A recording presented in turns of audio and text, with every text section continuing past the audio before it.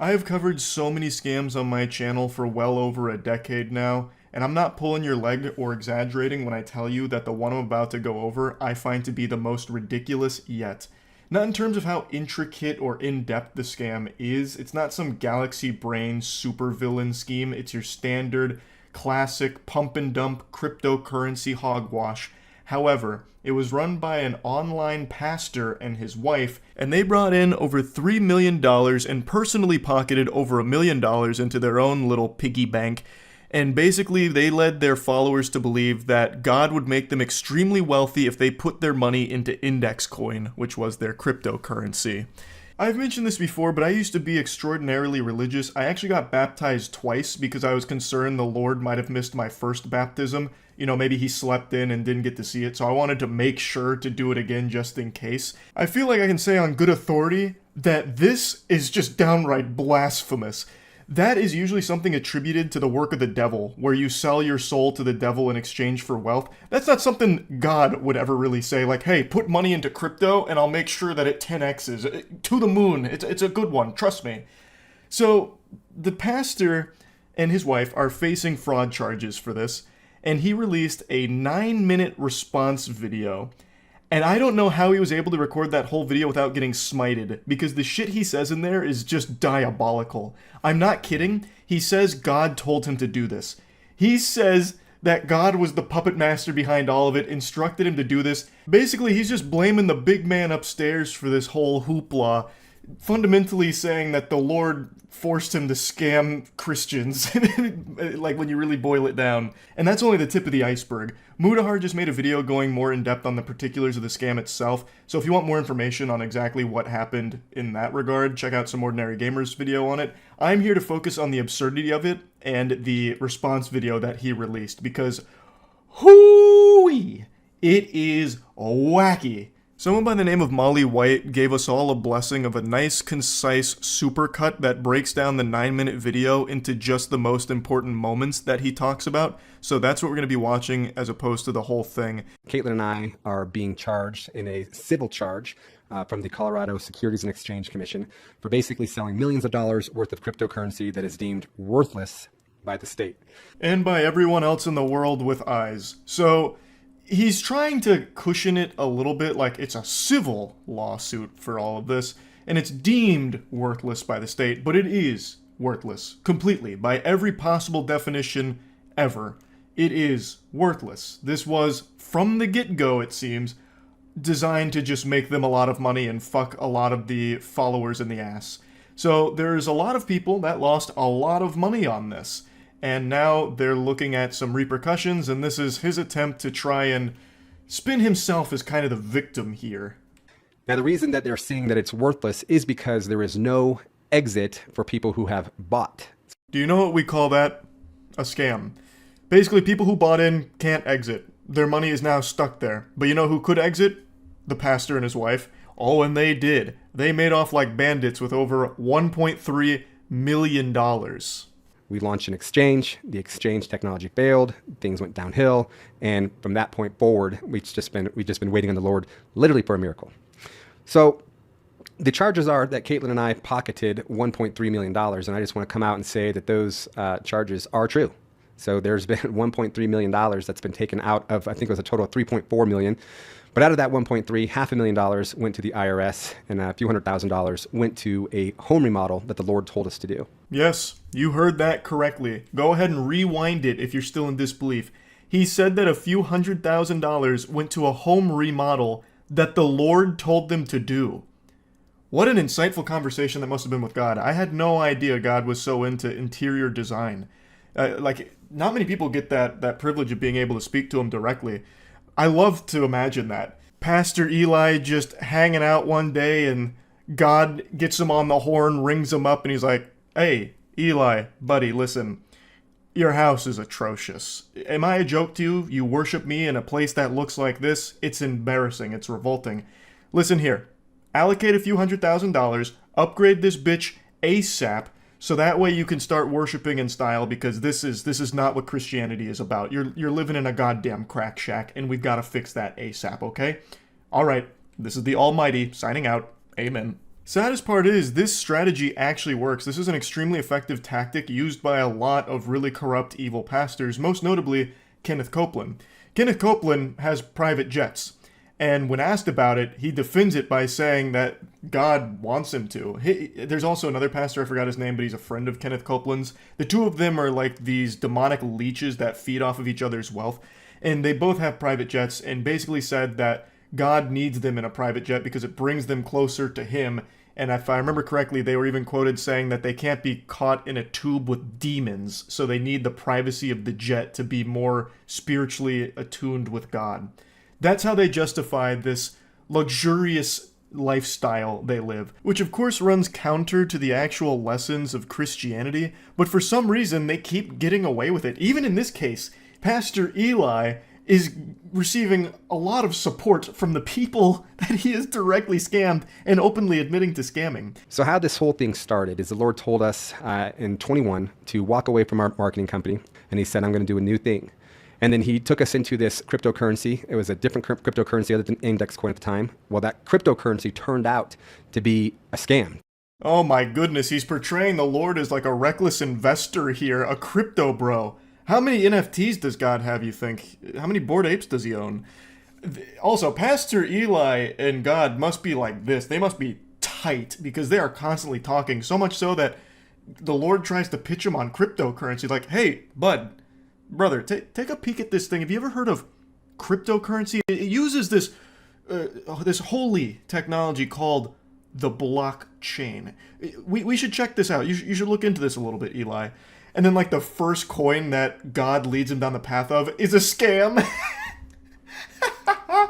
He even just openly says it right there. So, like, the first coin, you know, right after going down the spiritual journey with God, it was a scam. How anyone can hear this senseless drivel, this gobbledygook from Pastor Eli and actually take it seriously and believe it is beyond me. But let's play ball with it for a second. God is the creator, and he's omniscient. And yet somehow he fell victim to a cryptocurrency scam?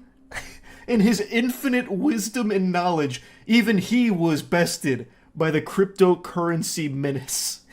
What hope do we have? I can only imagine the white paper on that first cryptocurrency that Eli and God went halvesies on there.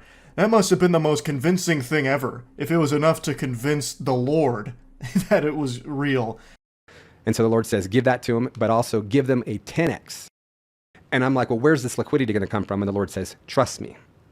Well, as money is coming in, we would be sowing it. And at first it was hundreds of dollars and thousands of dollars, then tens of thousands of dollars. What is God cooking here? It's like a multi-level marketing scheme. He's about to start running a Ponzi scheme or something here. What? He actually hit Pastor Eli with the trust me bro there on where the liquidity comes from? Interesting. Maybe Pastor Eli is innocent after all. It's so... Obviously dropping the sarcasm here for a second.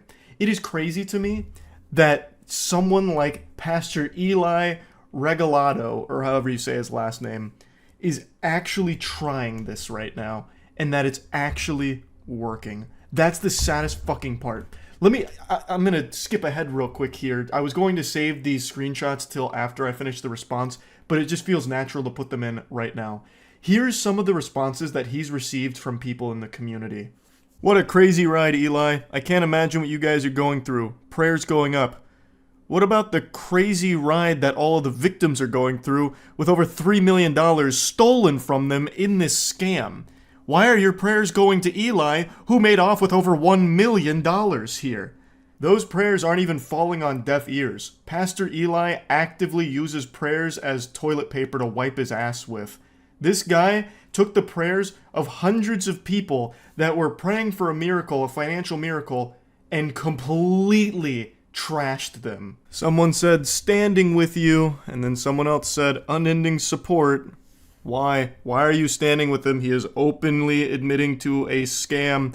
Why are you supporting him endlessly? He is openly admitting to a scam. He doesn't even have the courtesy to take responsibility for his own actions here. He is blaming God, which is like the worst thing you can do in Christianity, to blame God for the evils you have committed. So sorry for stress you passed through. God has the plan for you and your team. He will lead you through to the success of this project. And Eli just says, yes. The project is dead, much like the bank accounts for many of the vulnerable people that Eli exploited here. What do you mean you're sorry for his stress? What about the stress of the actual victims? Someone else says, stay in the boat, trust in the Lord, and stop looking at the storm. Amen, Sean. What do you mean stay in the boat? The boat has capsized. There was no boat. It was a fucking yacht that Eli was buying with the money that he scammed from you and people like you. What do you mean? This is not God's plan. Thanks for the update. No one can close a door the Lord has opened. This is not a door the Lord has opened. This is a door Eli kicked open into fraudulent activity, taking advantage of a ton of people that were vulnerable.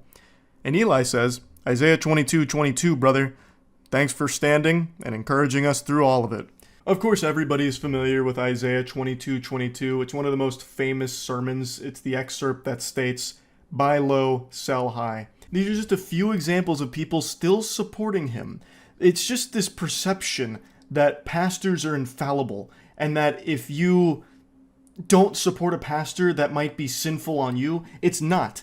This guy is openly admitting to his scam that he and his wife ran, and he is blaming God for it. That is as sinful as it gets. It is ridiculous to try and paint him as a victim or something like that. It's so unreal. Money would come in, we tithe, we sow, more money would come in. And so we were just always under the impression that God was going to provide, that the source was never ending, that God was doing a new thing, and that we had nothing to worry about. And we sold a cryptocurrency with no clear exit. We did. We took God at his word and sold a cryptocurrency with no clear exit. And so the prosecutors have to take that and say, these people willingly sold a cryptocurrency with no clear exit. What we're praying for and what we're believing for still is that God is going to do a miracle. God is going to work a miracle in the financial sector. I'm going to go ahead and spoil how this anime ends. There's not going to be a miracle in the financial sector. This is a bunch of baloney. He and his wife are scammers, and they have used Christianity and God's name in vain here in order to pocket an outrageous amount of wealth for themselves. I feel bad for the victims here because I have no doubt that they're on the older side of things, at least judging by some of the comments I've read, so probably had no clue what cryptocurrency was and just trusted the pastor at his word that God was helping and steering this in the right direction and it would help improve their financial security. I imagine a lot of them were probably desperate, especially given the current climate of things right now. There's a lot of people struggling. So hearing something like this from someone you trust, a pastor, who's saying like, put money in here and the Lord will provide and help you out when you need it most. A lot of people would likely buy into that, and they clearly did, and now they're fucking ruined for it. And meanwhile, this guy and his wife have made over $1 million from it and are still trying to spin this as though they're not evil when they are. This is a terrible, horrible thing to do, made even worse by the fact that he won't just own up to it and instead continues to blame God for it, and then still tries to sew in that like little bit of hope that, hey, maybe there'll be a miracle because God's on our side and helping us out. When that's not going to be the case, this was from the very get-go, it appears, a scam. So yeah, a pretty ridiculous situation here that I just had to talk about a little bit. It is foul. That's about it. So yeah. About 3 weeks ago, we made a video testing to see if Wish was a scam.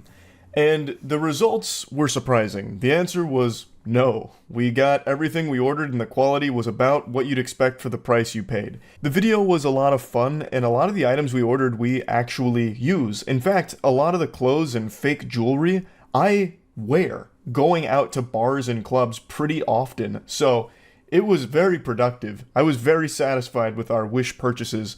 So naturally we thought it'd be fun to try this exact same style of video with Temu to test, is Temu a scam?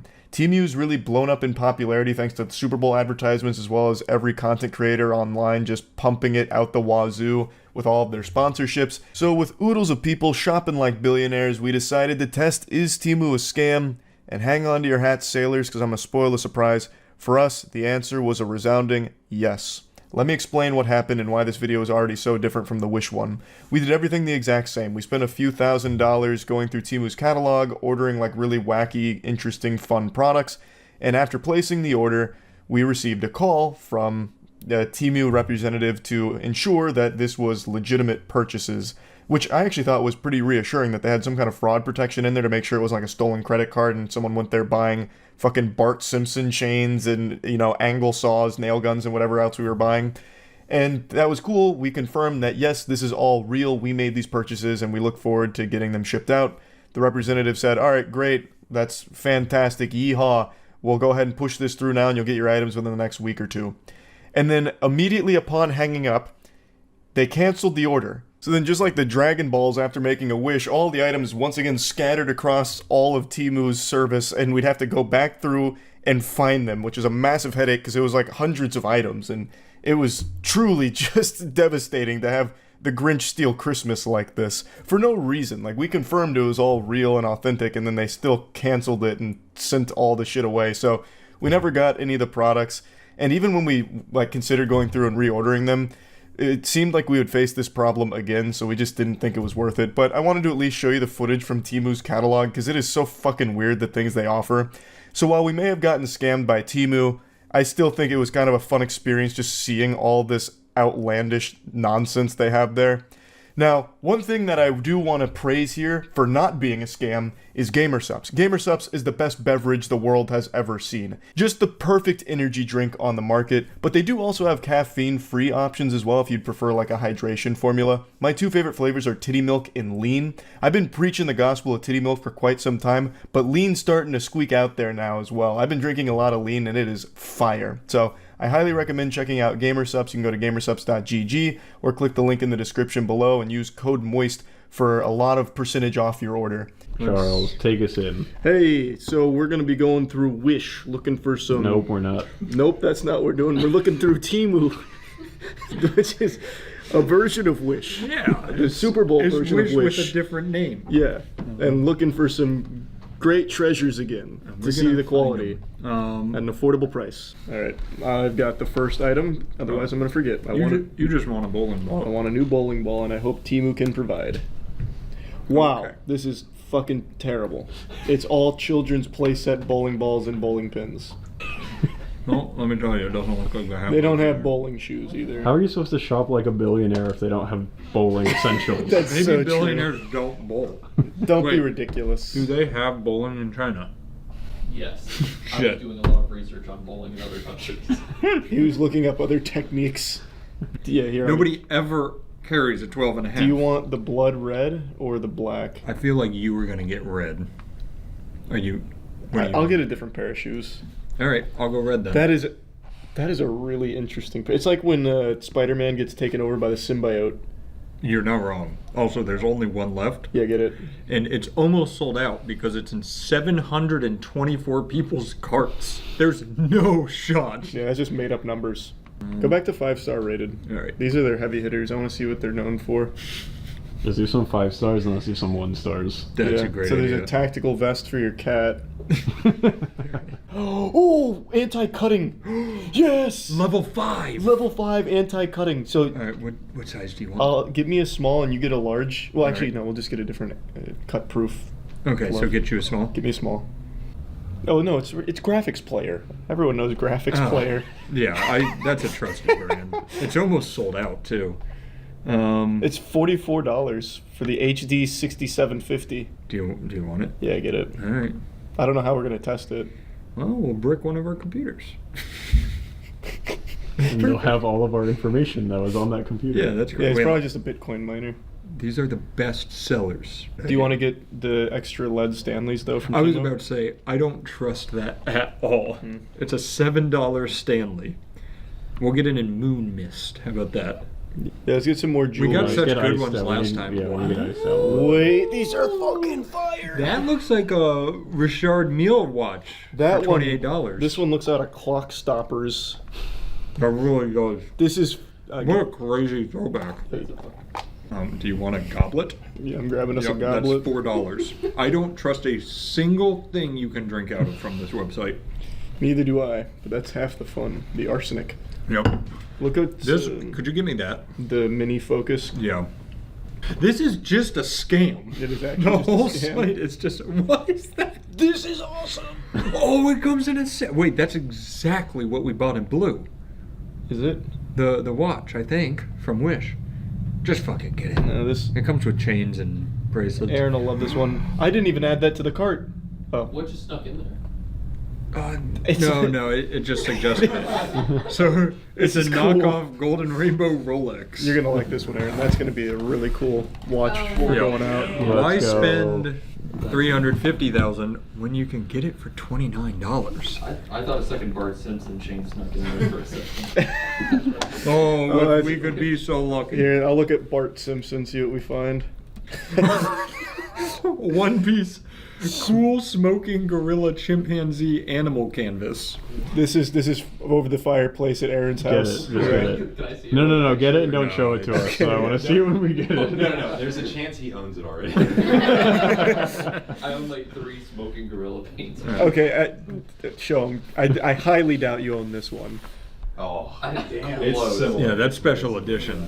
Like, Yeah. close your That's eyes true. and imagine. Yeah, you start walk going through the around expensive billionaires' stuff. house. Billionaires know what they Is want. it this, Chase? Is it the Barrett anti-material sniper rifle with injectable soft egg toy? No, but that looks even Oh, Let's better. get that one. Soft egg toy sold me. Yeah, it's shooting Tenga eggs at you. Wait, they have knockoff Skibbity toilet. Oh, they do have knockoff Skibbity toilet. Yeah, grab that. All right. It has 1,800 reviews. I believe nothing on this site. Yeah, this is all At just a all. lie. Maybe. Oh my God, that Garfield is. Oh my god. get that Garfield. Yeah, we'll get that too. They can't use the name Garfield, so they just call him Ugly Fat Cat. We'll definitely talk about There's also a motorcycle pizza. Wait, that sounds cool. Yeah, I'm gonna get that. It is pretty. It's also not real. It's Photoshop Photoshop. is so bad. He couldn't even just put it on a real pizza. All right, add to cart. It's $3. Is that just a baby? Yeah, it's a training baby.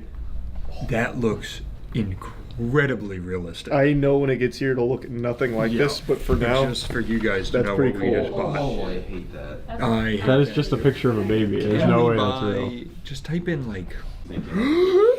this thing is fucking awesome. I want it. Dylan, Get it for your head. You saw the auto glow with the 6 cores? Alright, we'll show Yeah, you're a 6-score kind of guy. Yeah, you've got money in your pocket. That's really cool. How does a 14-inch vinyl alien baby sound to you? That's basically what I asked for. Vinyl realistic reborn alien baby. It's been born again. If you don't want it, my dad will probably like it. Wait, your dad will love that. I'll take All right, it. let me see for Danny. Yeah, we'll just have Danny's room be outfitted in alien gear. This is. Don't let me. You're gonna like this guy, Danny. Yeah. And if you don't want Or him in your girl. office, you I can think- go in your garden. It has boobs. Oh, that's perfect. Garden. I gotta tell you, their furniture It seems like they don't is go over a trash. certain No, size. well, 400. Wait, $458 for that. What is happening? What just happened here?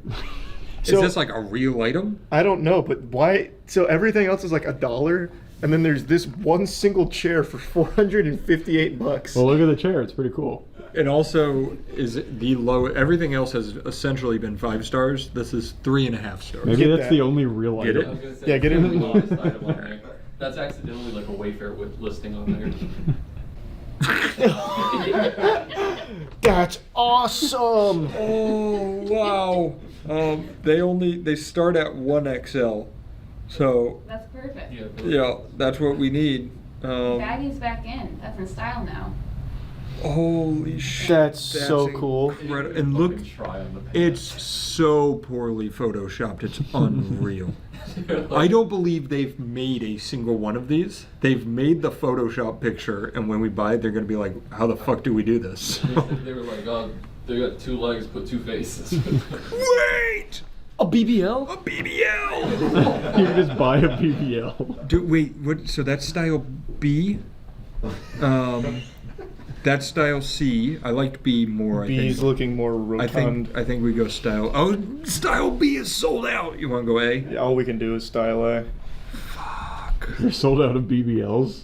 Yeah, that's $71. Yeah. It's got 8 gigabytes of DDR4, 256 gigabyte SSD, 1920 by 1080. So when this comes out, we'll put we'll put Chase on the treadmill and Aaron on the rowing machine, and whoever lasts longer keeps their computer, and the other has to edit on this for the next I video. think the litmus test should be Pro.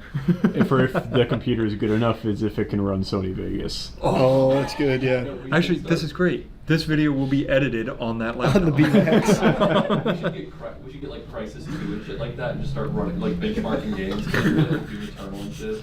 What does that say? Careful, boy. Careful, boy. I am old for good reason. That's awesome. Get it? Is that a shirt? Yep. Yeah.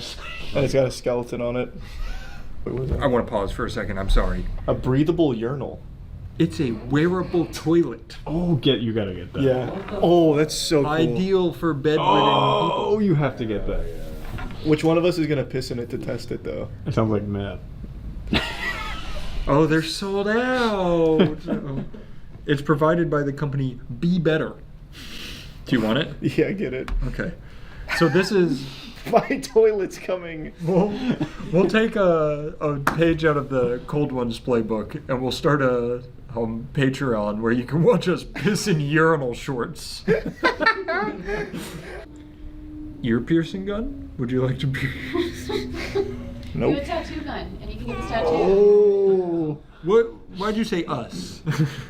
Well, there, Tattoo you machine want a kit. tattoo? Not with the wish Oh my gun. fucking god. Whoa, wait, they actually do. And somehow these aren't expensive. Okay, fine. A Temu tattoo, huh? All right, add All it right. to Have cart. you seen the shitty one I have? Yeah, you can. Alright. I feel like I have trust in you. You could do better than that one. Well, I already passed it because I just. Excuse me. I just. I honestly was. I'm a certified tattoo artist. I have my credentials. There's I'm not ink. worried about Charlie. I'm worried about the Temu, fucking yeah. asbestos getting blasted into my open wound. Yeah, the blood poisoning won't be because of my lack of artistic talent. They have a 10-color ink kit. Whoa! That's $500!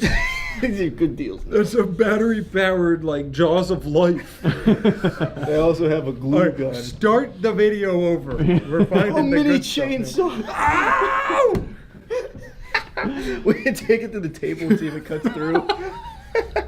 Let's go down a little. Oh, there's cheaper chainsaws here. There's super chainsaws. Alright. Get a chainsaw from Temu. I'm trying to see That's cordless electric chainsaw for $71. I can't wait for the belt to snap and just take your arm off. Like They probably have a- Civil War cannon. I wonder if they, yeah, like a blunderbuss. Do you think they have a nail gun? Oh, absolutely they do. Why do you need a nail gun? All right, wait. Do you want the saw, a nail gun? Oh, I'm looking at nail gun now. They got tools at the walls. Yep, here it is. Oh yeah, cordless electric nail gun. We could start shooting nails at each other. And we can wear armor from Temu while the cutlass gloves. Ah! Our Let's Temu delete workshop. everything and just. Wait, this matches the pants. Whoever gets. All right, we need that. Yeah, whoever gets the pants can put this in your house. And you're gonna be like really sad. Yeah. The pillow. The pillow's nice. The pillow says sticking out your gyat for the Rizzler. I think it's Oh, we pretty just send that to solid. Rizzo so we can put it Oh, like, in the yeah. stream room. Our world still bears the scars that we suffered from the Willy Wonka experience. God rest the souls of all who lost their time and money at that event. It is by far the silliest scam event, and it became a massive worldwide phenomenon with people talking about it. It was like Firefest, except for Willy Wonka fans. It was just such a beautiful tragedy that really grabbed the whole world by the tits. Even the victims of the scam couldn't help but recognize how fucking wacky it was. And since then, there's been a couple of other big scam events that have come out, but not to the level we're about to see here. I'd argue this is almost to the same silliness level as the Willy Wonka experience. It just happened recently with a fraudulent Bridgerton ball. So Bridgerton is a massive show, I'm sure you've all heard of it, and there was an event organizer who was putting on a big Bridgerton event, charging 300 clams to attend, promising to deliver a wet dream, an absolute fantasy of an event, but when you got there, it was a nightmare. Who say they're now out hundreds of dollars and have no regal experience to show for it. Standing in the rain, dressed to the nines. Honestly, I just want my money back. Superfans say they didn't get what they thought they were paying for at the Detroit Bridgerton Ball. They paid 300 doubloons only to get stuck standing outside the venue in the rain in their most expensive, most elaborate outfits, just getting poured on. And if you did get inside, well, it wasn't exactly special. It was pretty barren and empty. It makes the surprise party my parents tried to throw for me in middle school look like the Met Gala. A Twitter user named Rachel gave us the scoop from the inside here about the Bridgerton Ball and what exactly it consisted of. So, $300 price tag, and basically it was a lot of people sitting around on their phones because there was nothing to do. There was no ball. There was no anything. It was like the fucking void that Squidward goes to be all alone, except you're not alone, you're just surrounded by multiple hundreds of other people that also got scammed and paid to be there. There's also some hoopla before the event even took place because of a rescheduling that didn't make a lot of sense. So originally the event was supposed to happen in August, but then there was hoopla, they pushed it to September, and then there was even accusations that the reason that they had to push the date is because they weren't paying the previous venue, which is why they got, kicked out of using the venue or something to that effect. But regardless, the event did happen 3 days ago, or lack thereof an event, really. Here's the decor of the Bridgerton Ball event. Stellar, absolutely jaw-dropping, breathtaking even. This is straight out of a wet dream. I mean, just look at how great it looks.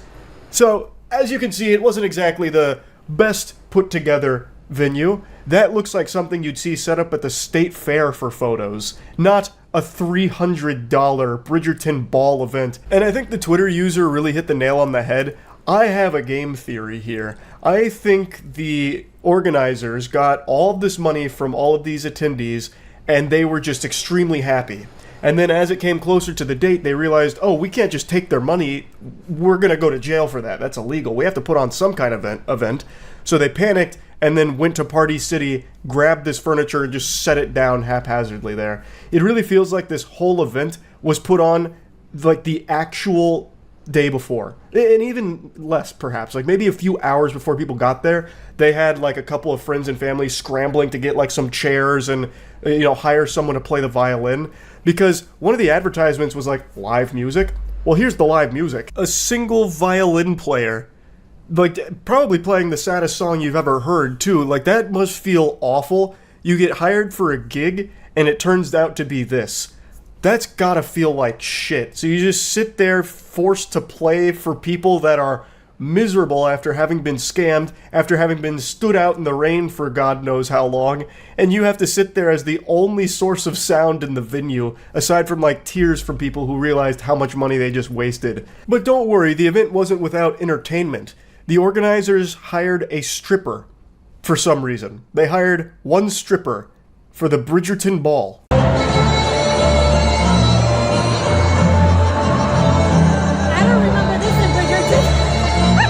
Now, I'm not the most knowledgeable on Bridgerton, but that seems a little out of place. It feels like what happened is they just scrolled through Facebook Marketplace for anyone advertising any talent, like, commission them. Hey, I play the violin. I'll come do like a party or something if you need. Book it. Hey, I'm an exotic dancer. Book it. You probably could have advertised anything, and if you were on the marketplace at the time before this event happened, they probably would have grabbed your services. Like, hey, I'm a professional soup slurper. Oh, you're coming to the Bridgerton Ball. Hey, I juggle and spread my butt cheeks. To the Bridgerton Ball with you. Like, it looks like they just desperately, at the last minute, just hired some people to come in here just to, like, hang out to make it look like the event was happening. Like, it looks like they were trying to do the bare minimum where they could make a legal argument that they did fulfill their event obligation. But yeah, they promised a cash prize, which that didn't happen. They promised a diamond of the season thing, which didn't happen, and a lot of other like nonsense that didn't happen. And overall, most people want a refund, which is very reasonable. They got scammed. They 100% got schmeckeldorfed. They also got potentially food poisoned as well. Apparently they ran out of food after an hour, and some of the food they were serving was raw. So there's a good chance that not only did you get scammed, your gut got fucking slammed. The way that it was described is that this was going to be a Bridgerton evening. We were going to have classical music, good dinner, and there was going to be a play, and they were going to pick Diamond of the Season. They were going to give away all of these prizes, and we went in, and it's completely empty in there. Hey, come on now. It wasn't completely empty in there. Didn't you see the pole dancing and the violin player? I bet they were probably just about to bring out Monopoly as well. And had no problem just taking people's money. The company behind the event, Uncle and Me LLC, has since disabled comments on their social media. They haven't put out any official statement, the event organizer I'm referring to. They've just gone silent. So I'm guessing this is just another little game theory here. I'm guessing what's going to happen is the classic. They're going to shut down their socials. They're going to remake the company under a different name and pull another scam like this again in the future. That's my hypothesis. I just don't see a world where Uncle and Me can somehow put out a statement that allows them to continue to do business down the line. Like, this fundamentally stops their whole business, because who the fuck is going to pay money to go to another one of their events? Even if they said they were just giving away free donuts, I bet nobody shows up because they wouldn't trust it. Like, they'd still feel like there's some kind of scam there. It's not something an event organizer can come back from. You have scammed a lot of people, and they're not giving refunds as of this moment. So how the fuck are you expected to do business again? And I don't think they're going to try. I think they're going to rebrand. That's my guess. I am hoping for a happy ending, though, for the people that lost their money in this. I'm hoping they get a refund. Also, this scam, like this event, is probably the only one so far where people probably lost a lot more than just that money in that time. Because of the scale of it, like a Bridgerton ball where it was all about like elegance and dressing up and all of this, I have no doubt there's people that spent like an entire week picking out their outfit, buying accessories, buying other things, buying outfits, buying dresses, all just to prepare for this event, which turned out to be a big fucking fraud, a big scam. So I do think that this is probably more than $300 that people lost in this. That's just how much they lost on the ticket. And that super sucks. But anyway, want to talk about it a little bit. That's it. See ya. Who is the biggest joke in all of sports? Some people might argue the Washington Generals, which is the team that the Harlem Globetrotters always play against. They travel together and the Harlem Globetrotters always win against them, because the Generals are just there to have fun with the Globetrotters in order to make a spectacle out of the whole thing. They're kind of designed to lose. But they're not the biggest joke in sports. That honor belongs to one man in particular. His name is Dillon Danis. This goofball is someone you might have heard of because he's that coward that started a lot of shit with KSI, and then the second that it reached the fuck around and find out moment, like a week before they were actually supposed to fight, Dillon Danis backs out and weasels his way out of it, coming up with all kinds of pathetic little excuses, and then still tries to act tough. He's a washed up fighter who all he does now is just shit talk and then promotes scams on Twitter. People have more respect for the flies that hover around public porta potties at a fucking music festival than they do this man and his career. And yet somehow he finds a way to sink even lower. He was recently the primary clown in CoffeeZilla's newest video, where he got used like a fleshlight by CoffeeZilla in order to prove a point that Dillon Danis will promote absolutely anything at all as long as you pay him. And it turns out you don't even really have to pay him that much, all things considered. Just giving him a pack of cigarettes will get you like a 24-hour tweet promoting whatever vile scam you want.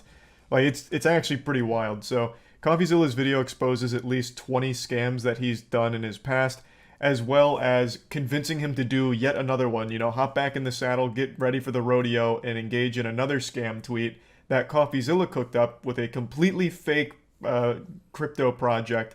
And he wanted to see, how much does Dillon charge, and does he do any amount of research at all into the things that he proudly posts on his Twitter? I know Dillon Danis can't even spell research, so the answer isn't shocking. It's a no. He didn't bother looking into what CoffeeZilla was paying him to promote at all, because if he did, if he spent even 3 seconds, or even just like an iota of a thought given to the project, he would have immediately realized that it's not real and it is a scam that he's about to post proudly on his Twitter. Because CoffeeZilla laid it all out in front of him. And it's not even like it was hidden in plain sight or anything. He literally spelled it out, word for word. In a contract he sent to Dillon Danis, it even says that it's not real and you're going to be the butt of a joke. It was literally, it was just there in the contract. And it wasn't even a long contract like buried in fine print. It was like a core piece of the contract that just says, this is basically a fucking scam. And Dillon still signed it. It's baffling. So I'm getting ahead of myself here. I'm just trying to give a general breakdown of the situation. Of course, the full CoffeeZilla video is going to be linked in the description. It's fucking beautiful per usual. I'm just going to show you some clips from it. But one other thing I want to point out is the reason CoffeeZilla went after Dylan Dennis is because Dylan made a whole song and dance, a big hoopla about how bad he feels for everyone that got scammed by Logan Paul's Crypto.Zoo. And that's what tipped everyone off to how many scams he himself has done, which led to this investigation in this video by CoffeeZilla, Oompaville, and Zach XBT. And it's a fucking amazing ride. It really is. Dylan Dennis is an MMA fighter famous for two things: cage fighting and not fighting KSI. True. But on December 23rd, he decided to be famous. Also, apparently, I didn't know this until recently. He's not even famous for actually fighting. He's famous for just being a guy that, like, kind of rides Conor McGregor's dick. What's his actual fighting record? Because I said the same thing. I'm like, yeah, he actually fights. But his actual MMA record is 2-0. He has fought 2 times, once in 2018 and once in 2019. Look at this shit. So he's not really a fighter. he's fought twice. Like, his whole claim to fame is, yeah, I'm a fucking stupid asshole. And that's it. And he won't even fight a YouTuber. 100% win rate, that is true. He is undefeated. But then again, so am I in MMA, to be fair. I am also undefeated. It's kind of meaningless when you don't have a whole lot of fights under your belt. Calling out the scammers. He writes in a tweet, "Damn, Logan Paul is a scumbag. Feel bad for everyone he scammed." Now, of Thanks, course, Dylan. No one's gonna really disagree with this, so the likes rolled in. But what Dylan doesn't What a tell you saint. is he also What a has a saint. history of scamming people on Twitter. And what Dylan didn't know is that there was a detective watching him. That detective was not me, actually. I wish it was me. It was my buddy Zach XBT on Twitter who Whoa! said, "Damn, Dylan Dennis is a scumbag. Feel Hey, this is all coming full circle. You might remember Zach from the BitBoy Crypto thing. He was the guy that, like, tracked all of his moonshots and, like, called out a whole bunch of shit there. So I reached back out to Zach and I said, "Hey, good tweet, but I want to find out how many scams exactly this guy has promoted." So Zach started digging through the garbage bin of deleted tweets, and we found out pretty quick there were a lot more. What the fuck is it? Baby Dinger? What the fuck? Baby Dinger token is the next Shiba Inu. Oh man, if anyone has any baby dingers, you should immediately just lose the right to earn money in your life. You don't deserve it anymore. Ring Dinger. Hey, let's not besmirch the good name of the Ring Dinger. That's as far from Web3 crypto as you get. That is literally an old man who snaps your head off. I wanted to trick Dylan into giving me the amount. The rough idea was to approach Smart. Dylan and say, "Hey, I created this dumb NFT project that's completely fake. How much would it cost for you to promote it?" He gives me an answer and I have my price. Who, like, looked like he would be serious about selling you an NFT collection. And that's when I thought of my buddy Oompaville. Yes. This is a guy who's actually really sweet in real life. I did know Oompaville played a big role in this here. So that is exciting. Very smart. CoffeeZilla recognized that Dylan would certainly say no, knowing for sure that it's a honeypot if it was CoffeeZilla that reached out. So he used Oompaville, whom, I mean, that looks like a well-adjusted man to me. Like, that's a trustworthy face right there. So he used him as the proxy. That's genius. We can provide all the marketing copy. Please let me know, as we're trying to launch relatively soon. That website is not a real crypto NFT platform. Nothing in this video is a crypto or real NFT, so Yeah, you cannot buy obviously, crypto. I want to for be sure. super clear, because Dylan immediately responds with, "Want to do a tweet?" And then I love this next part. "What is it?" I like the order of that, you know, like, "Let's promote it," and then underneath it, "What am I promoting?" And it's at this point I realized that It's secondary. this is not only my chance to find out how much Dylan gets paid for all these scam promotions, it's also my chance to test Dylan Dennis. In fact, to do this, I basically copied almost word for word Crypto.Zoo's white paper, saying the yeah, following. baby. Sour.gg may appear to solely function as an NFT collection, but it's much, much more. Sour allows users to earn sweet tokens that are openly traded via a yield that is based on the rarity of a given candy NFT. I'm going to tell you right now, Coffee, I love the attention to detail here. I think that is super smart. I'm not convinced Dylan Dennis can read. I think he might be illiterate. So he just saw words on the page and he's like, man, this is legit. All these words, they have meaning, I have no doubt. I'm in. I am confident he had no fucking clue what anything in that white paper said. But I appreciate you went the extra mile and set it up that way for it. Look out, adventurer. Now, this is a sentence which means nothing unless you lay it out by the first letter of every word. And then it spells CoffeeZilla. Oh! So, don't say I didn't warn him. And obviously, that's even way if too I smart hadn't for warned Dylan. him, Dylan Dennis surely wouldn't promote a Crypto0 project, right? Because he's, he feels too bad for the victim. And then ETH? Question mark? And at this point, I'm just a little surprised by how easy this all is. Zero due diligence is I'm not being surprised done at all. here. We have created the weakest facade possible for an NFT scam, and he's just immediately on board. After we settled on that, he sent me payment information. I am shocked he can even get 5K for a tweet. His Twitter isn't exactly what you'd call booming. The only time he gets engagement is when people are laughing at him. Like here, let me go to his Twitter real quick. Let's see, what's his most recent tweet? Because he deleted this one, I remember that. His most recent one is, if Alexander Volkanovsky beats... okay, it's a fight. I'll give one person who likes this tweet $1,500 and must be following to win. So he's actually having to do fucking... He has to farm. He has to do giveaway farming. But before that, it's literally nothing. And he got 8K likes on the farm. So even by those standards, that's pretty low. So I'm shocked that he's actually asking 5K. Though I doubt many people are actually giving it to him. Dylan gave us a brand new crypto wallet just for this transaction. Whoa! Which seems to imply that he probably makes new wallets for every new deal he does, which is definitely not true. his own idea. And at this point, I realized I had a choice to make. Someone told him to do that. Take what I learned, present it to you guys, and stop this little charade I had with Dylan and make my video. And Dylan would just keep doing this because his fans wouldn't know. Wait, Or what was that I last could- one? Was that Face Writers? What the fuck? Did I read that correctly? Right before Baby Dinger. And Dylan would just keep doing this. Oh, I'm writing with Faceless. Gotcha. I thought that said Face Writers. I was like, damn, another fucking wild one. Because his fans wouldn't know. Which is actually pay Dylan to post a link to our fake NFT project. But the twist would be, as soon as he posts that link, it will become a website dedicated to every scam tweet Dylan Dennis has ever done. And remember that this website would be linked by Dylan Dennis himself to all of his fans until he kept the tweet for certain periods of time. And to my surprise, he agreed to the terms. And that's smart. That's super smart. Yeah, so space it out so that way you can get the most juice for the squeeze here off the tweet staying live. I can also promise you, Dylan Dennis has no idea what any of these words he's using here mean. He's used too much punctuation. There's 2 periods in there. That's far more than his reading level permits.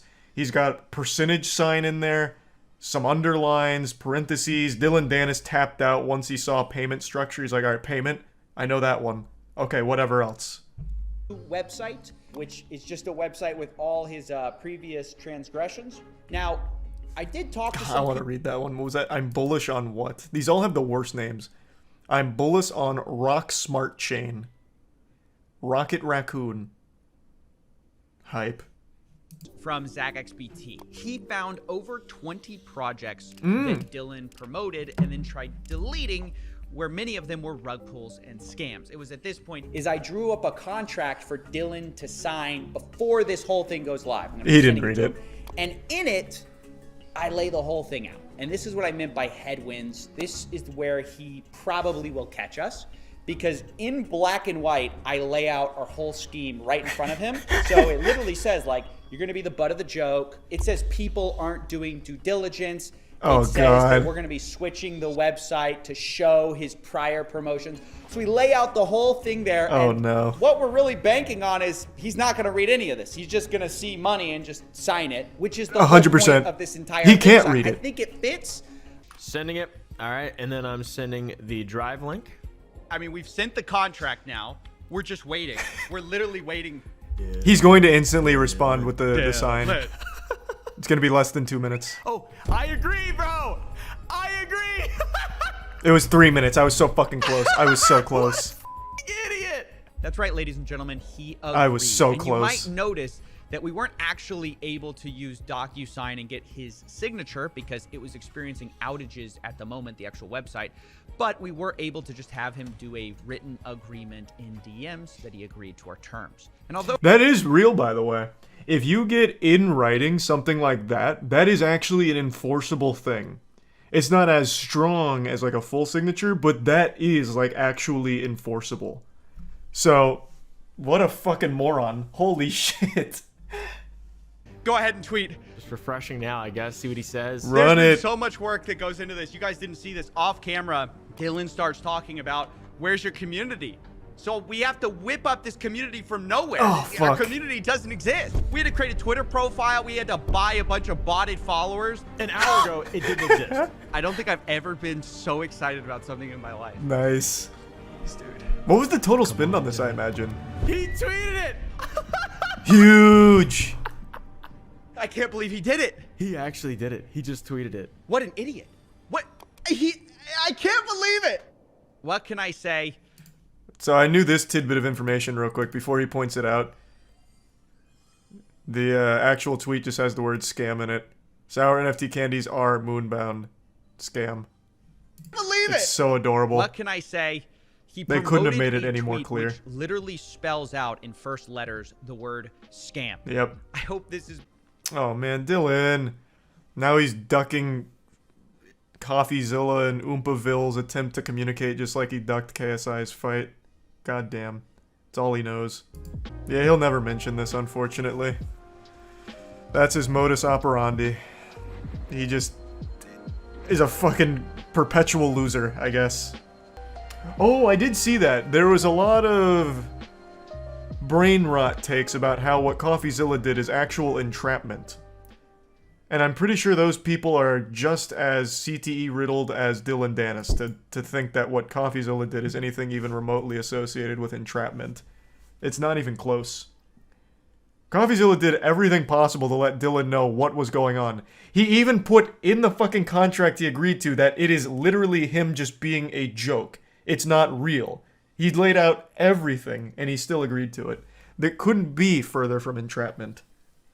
The guy got 1K. He did get 1K. He did get $1,000 out of it, so that's a Dylan W, baby. Fucking big one from Dylan! But also lost rep. He had none to begin with. I legitimately don't think Dylan Dennis has a single fan. Like, actually not a single one. People just laugh at him. In fact, if you go to his goddamn giveaway tweet right now, people aren't even participating in the actual giveaway. They're just spamming the clown emoji. Jesus Christ. He can't even, like, actively farm children on Twitter.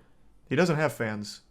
Another day, another goofy crypto project to laugh at. Yesterday, I was finding tons of beautiful NFTs to make me sick to my stomach, such as the Adolf Hitler collection, where apparently Adolf Hitler's soul has been minted into the blockchain in a collection called the Adolfies, which is basically Bored Apes, but with Hitler. I'm guessing that project's really popping off. And then, of course, recently Troy Baker went on Twitter and publicly shot himself in the foot by announcing his own NFT project, saying, "You can hate or you can create." And collectively, he got hated. He got fucking ratioed straight to hell. He got banished to the Shadow Realm with a fat ratio. But neither of these projects are what we're talking about today. Today we're going to be looking at Cryptoland. I actually watched this on stream the other day. Before I enlighten you with the Cryptoland video, I wanted to clarify something. On stream before I watched this, I mentioned that I knew a very limited amount about Cryptoland, but I did mention a shitstorm that I saw on Twitter with Cryptoland in regards to kids. So I said that they allowed kids on their island, but apparently this wasn't exactly what they said, so I'll just show you the tweet. This was the tweet that caused all of the drama on Twitter, and it's a fucking weird tweet. So it's even, like, more disturbing than what I said going into the video, or what I thought it was about going into the video. It deals with the age of consent on their island. So further clarification, Cryptoland was also trying to be a real world thing where they were actually going to own a Fijian island for crypto enthusiasts, and someone asked what the age of consent on the island would be, and they just said mental maturity is enough with a winky face. So you can see why this was immediately just written off as a fucking creepy project. I just wanted to clarify this before showing you the video because I got it wrong in the beginning with what this was actually about. And also one other thing I learned is that Cryptoland has been DMCA striking people that shit talk their project. So if that does happen to this video, I will be fighting it legally, tooth and nail, and put as much money and time as I need to in order to combat that, because that is some outright bullshit. Cryptoland, I think, is what we're going to start with. Cryptoland is this new crypto scam or something. I don't know shit about it. The only reason I know this exists is because I saw an argument on Twitter where someone asked, who's allowed on Cryptoland? Are kids allowed?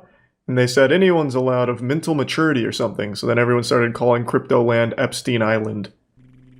That's the only thing I know about this, and I know they had like a full-blown animated announcement that was really embarrassing. Hi, this is me, Christopher, a crypto degen with a crush for crypto kitties. I'm on my way to Cryptoland, the #1. That was pretty that was pretty quick. After just giving a brief backstory of the only thing I know about it, saying they like kids on the island or whatever, he just talks about his obsession with crypto kitties. In 6 seconds. Wow. And when Connie, Tier 1 the Chris founder, and told Prime me Generic. that visionary investors could own a piece of this unique And island, I did kid I one. smashed Or bought Kinway. one of the 60 exclusive parcels on the blockchain hills. That's how I became a king cryptolander. And there it is. Yeah. Let's go, Cryptoland. Connie? Christopher! Come here, buddy! Oh, Jesus Christ. Yeah, 50,000 blocks at least. Been waiting for you since. This is like one of those What old are you, a pending PC games that came in cereal Well, I guess I'm boxes. confirmed now. Welcome to Cryptoland, the hodlers of last resort. This must have cost them so much to make.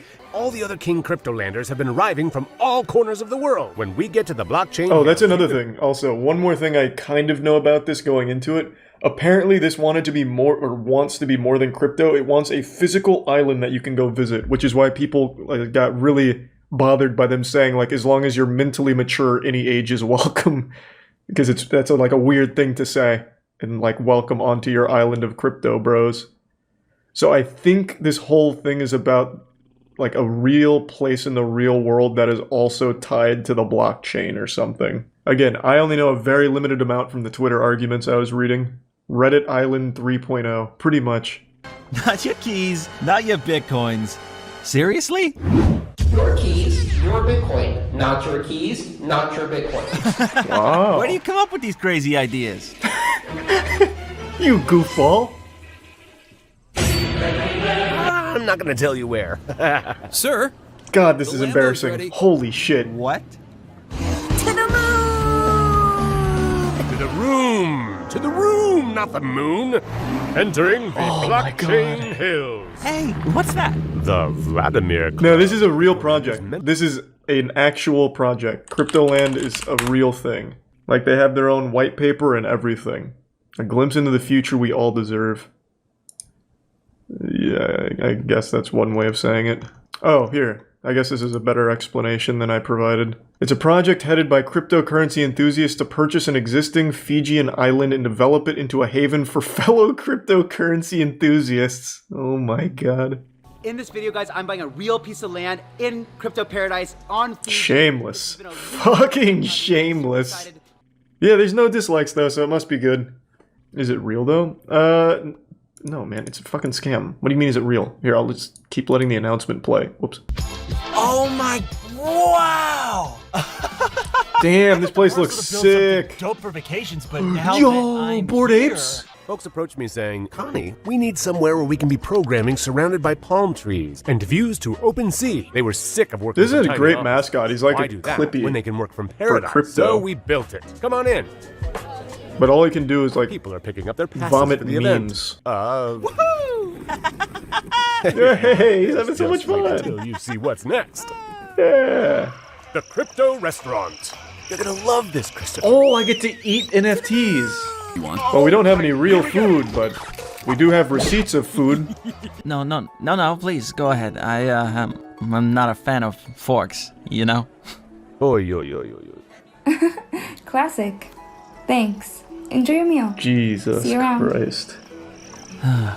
Yikes. While you were... What's that? That's Cryptoland's Walk of Oh. Fame. Follow the Satoshi. Crypto stars and you'll get to the moon. That was fun. Boy, we are in Crypto Beach, and fun is the norm here. Goddamn right, it's fun. Let's go. Study the best. What about the rug pull Say room? when and box friend, but enough of swim. Let's go to the proof. of Who work is this here. for? 6-year-olds? Work out, make the ladies pass out. What the fuck is this, man? Is there any... I have to look this up. I'm not going to do it on stream because I don't want to see the Council of Cock, but I'm going on Twitter real quick. Does Cryptoland have like a good following? Like people that saw this and like, oh my god, paradise at last. This is what I was born for. I'll take 5 crypto... What were these? Crypto Kitty NFTs? The fuck are they selling? I already forgot what it was called. This is sad. They posted an announcement 5 days ago. Dear Cryptolanders, we have been the victims of what seems to be a planned attack to harass, vilify, and twist our work. We condemn all the false information and false accusations being spread about Cryptoland and invite those who are truly interested to make their own research and politely ask us if they want to know anything about this amazing project. Much love, Cryptoland team. You know, bah humbug, fuck all those people that are misrepresenting the good work of the Cryptoland. I think they did a great job of making sure no one would ever be interested with this animation. I don't think there's any need to twist their words when this exists. Firefest for Crypto Virgins. I keep seeing that posted everywhere. Jesus Christ. My god, in their own household here. I can't find anything positive. Like, they're literally liking some of these tweets, too. Crypto is in my chromosome. Damn, this slaps. Look at my face, I'm in the crypto space. The gospel. The future is here, baby. And it's bright. Let's go.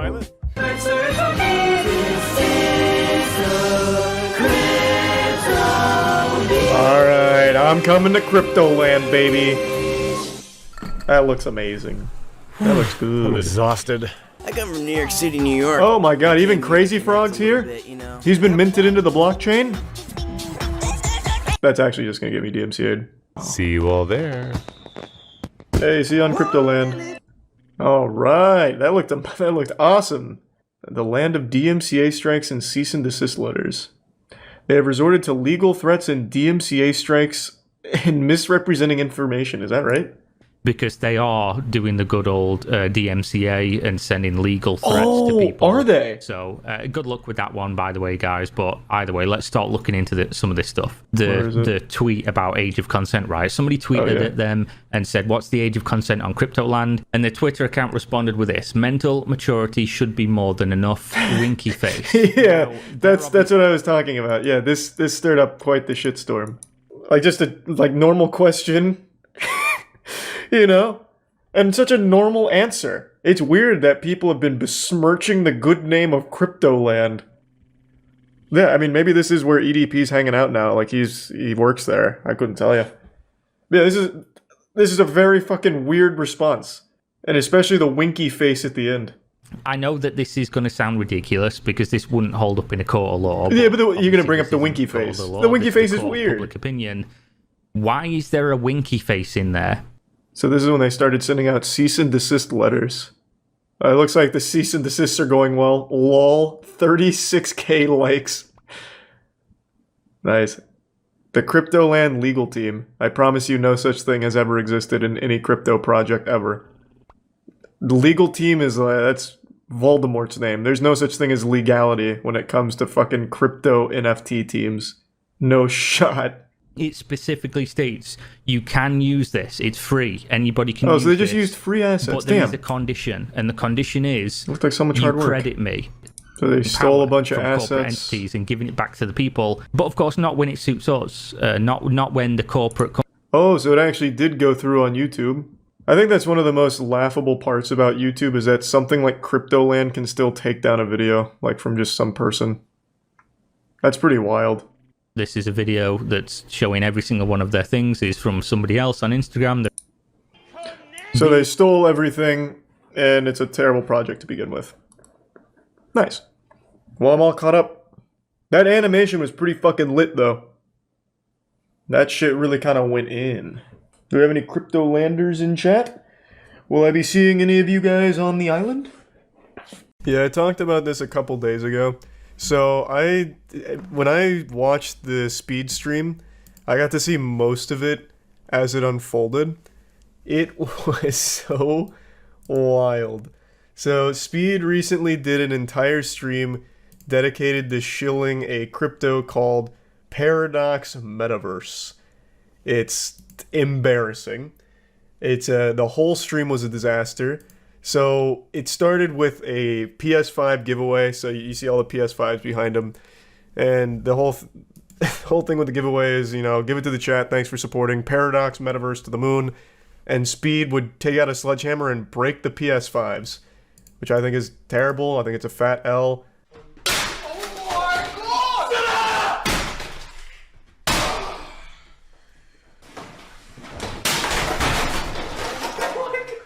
There's few things as corny as this, just breaking expensive things that people really want, especially in this context where it's kind of just spitting in the face of his fans who thought they had a chance at winning some PS5s. I sent it all to CoffeeZilla right before, going live, so a couple hours before, and CoffeeZilla started researching it, and he made this video, he did the interview. It has been so entertaining to see, so now I'm excited to watch the video. I did see that he shouted me out in the comments here for tipping him off, and I got butterflies in my stomach. To be to something like this before CoffeeZilla is crazy. So, happy to help. I also did a ton of research on it. I went deep into the weeds. One of the people behind the crypto scam is a YouTuber named Money Kicks, whose dad is worth like 2.1 billion. So, it has so many layers. It's such an interesting little rabbit hole. Advertising 10x to 100x, is that a get-rich-quick scheme? Yes or no? No. He did them so much credit there because talking to them was like hitting your head against a wall. So he'd ask them a point-blank question, and they do the standard circular talk around it forever. And no matter how many times Coffee would be like, yes or no, they'd still just go into their spiel about shit that is completely irrelevant to whatever they're saying. It was frustrating, but still overall entertaining. Who couldn't play soccer and was wearing a Buy Paradox Crypto Coin t-shirt. And it quickly So got worse. good. The live chat started calling Paradox Coin a scam in the middle of this sponsored So I looked into this a little bit. This guy has made an entire career off looking like Cristiano Ronaldo. So he was in another YouTuber's video from a few years back called the Cristiano Ronaldo prank, and they just walked him around with security and got people's reactions. a Buy Paradox Crypto Coin t-shirt. And it quickly got worse. The live chat started calling Paradox Coin a scam in the middle of this sponsored stream and called I Show Speed a sellout, which caused him to get very angry. The fact I ever make, like, the fact that y'all just thinking me like that is just crazy. I hate that, bro. Y'all so weird, bro. It's crazy. He also tried to guilt trip the fans because there was a lot of donos coming through like that were like, this is a scam, Speed. You have to know this is a scam. And be like, why are you guys saying that? You're hurting my feelings. The fact you think of me like that makes me really upset. And you know I would never do that to you guys. It's just, you're making me really sad right now. Just guilt tripping them. He's like, I just want to see W's in the chat. No more L's. No more of that. Just W's in the chat. Only mods. Only W's. It was fucking embarrassing. Shameless. Now, yeah, it is important to remember Speed himself is a kid. He is 17, and people keep using that as an excuse. And I think to some level, that's fine, because he should have people around him that are able to sniff out scams like this. But Speed also clearly knew what he was doing. The audio in here that leaked because he didn't mute all of the mics so it got picked up pretty much confirms that he knew this was kind of shady shit to begin with. He is not 19. He says he's 19. He is 17. He was born in 2005. He is a minor. He is a kid. It is a meme that he says he's 19. We double checked last night. He is born in 2005. He's 17. But his team around him is clearly not actually looking out for him, for allowing him to do shit like this and be used. I'd like to come in here and further clarify that I'm not saying everything that happened is excusable because he's a kid. He still, of course, bears the responsibility and at the end of the day has the final say in what he does and what he promotes. So he should be doing at least the bare minimum to have an understanding of what's going on and what he's actually promoting. Because even during the stream, he couldn't even remember the name of the company like twice. Which, of course, made the chat turn against him, saying things like sellout and I show scammer. So I do absolutely think that he needs to pay more attention to this kind of shit. And he also needs people around him on his team that are old enough to rent a car and actually have experience in life that can look at things like this, go through it, and then decide if it's legitimate or not, and then relay that information to him. Because right now, it doesn't seem like he has that team. From the look of things, he's got a bunch of people around him that just care about money, like Mr. Krabs here. So it leads to absolute catastrophes like this. And I do think that at the end of the day, Speed did get used here. He was exploited by this shady, shitty crypto company to shill their dog shit, but that doesn't mean that Speed is blameless in this situation here, even though he is a kid. And that is the fact that all these teenagers and kids called this guy out. I mean, just think about it. The target of most crypto scams is gullible people. And who's more gullible than kids and teenagers? So when those people see right through your skin... You know who's more gullible than kids and teenagers is adults who think they're early. I would wager the most gullible people on the planet are like the mid-20s people on the cusp of what they think is new technology or anything that will make them money. I think those are the most gullible people. You see that all the time from the crypto community. Hey, can someone recover my NFTs? I clicked on a link in my emails talking about minting new boof tokens, and now all of a sudden my whole NFT collection's gone. I think I got fished. Any help? Like, you never hear the end of that shit. I think they are much more gullible than kids. 100%. The only problem is, he forgot to fully mute the mic. So what do I do now? Oh, they're spending hell stealing. Yeah, Now, before we get to the rest of this audio of Speed exposing the scam, let's talk about Paradox Coin, the thing he's promoting. How do we know this is a scam anyways? Well, I checked out their website to learn more, where they call themselves the future of gaming. To answer that question, how do we know this is a scam in the first place? I think every crypto project should be guilty until proven innocent. If any crypto startup comes around, you should assume it's a scam until they prove otherwise. That is the safest way of navigating the crypto space. Is that they're not one thing. The Paradox Metaverse is actually 7 things, each one possibly dumber than the last. And I'm going to explain them. So first up is the Paradox game, which has graphics out of the PS2 era, which made me wonder why they'd be giving away PS5 and trying to make your games look worse by comparison. But it gets even crazier because I spoke to the founders and they called their game AAA quality. And I took issue with It's pretty close. It is actually, this is up there with like the new Saints Row, Crackdown 3 maybe? Like, it's not far off. Also, from what I was reading, they used a lot of stock assets. So and I don't know this for sure because I'm not familiar with all the stock assets available, but that would mean that they're not even like actually building it ground up or anything like that, or even trying. They're just asset flipping like the shit we play on Steam Bad Game Night. I'm not 100% sure on that though. I was just reading about it. When you describe yourself as an indie game. I don't want to interrupt you, but just give me. You are interrupting me. Of course you are. You don't call yourself an indie game. That shit got dank quick. Yeah, that's a lot of what happened in the live stream. They just immediately just start flooding like a Xbox Live party chat. Whenever he's trying to like call out something, they immediately just flood. So much. It's like a wall of noise. A UK-based indie gaming studio. Indie studio.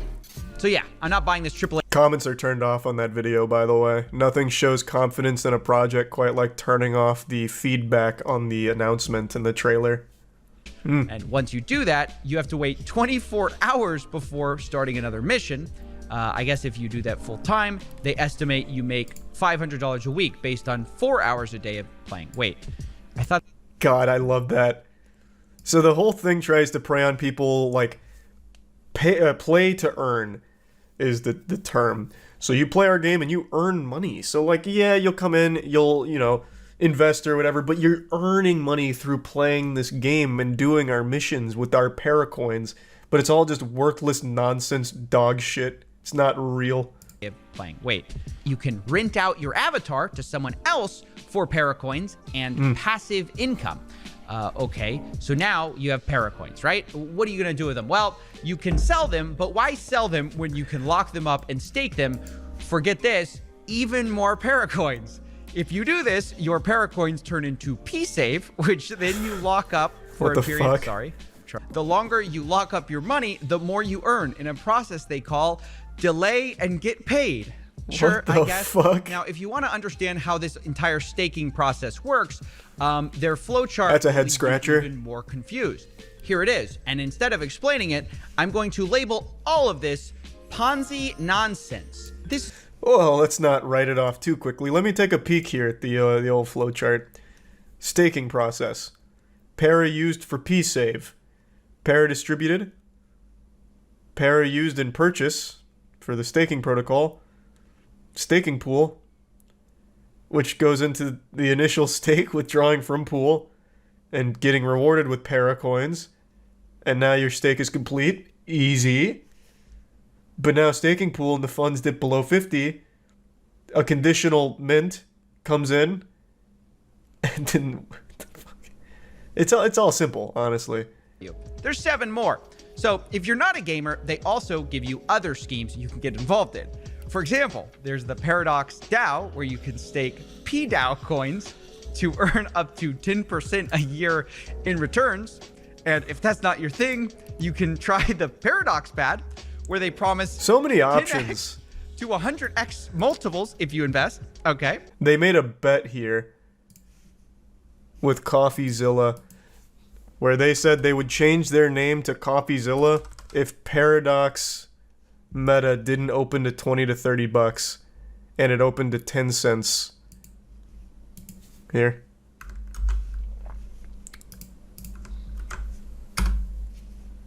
So they didn't even get the full pump and dump. So this is where that bad girl kicked off.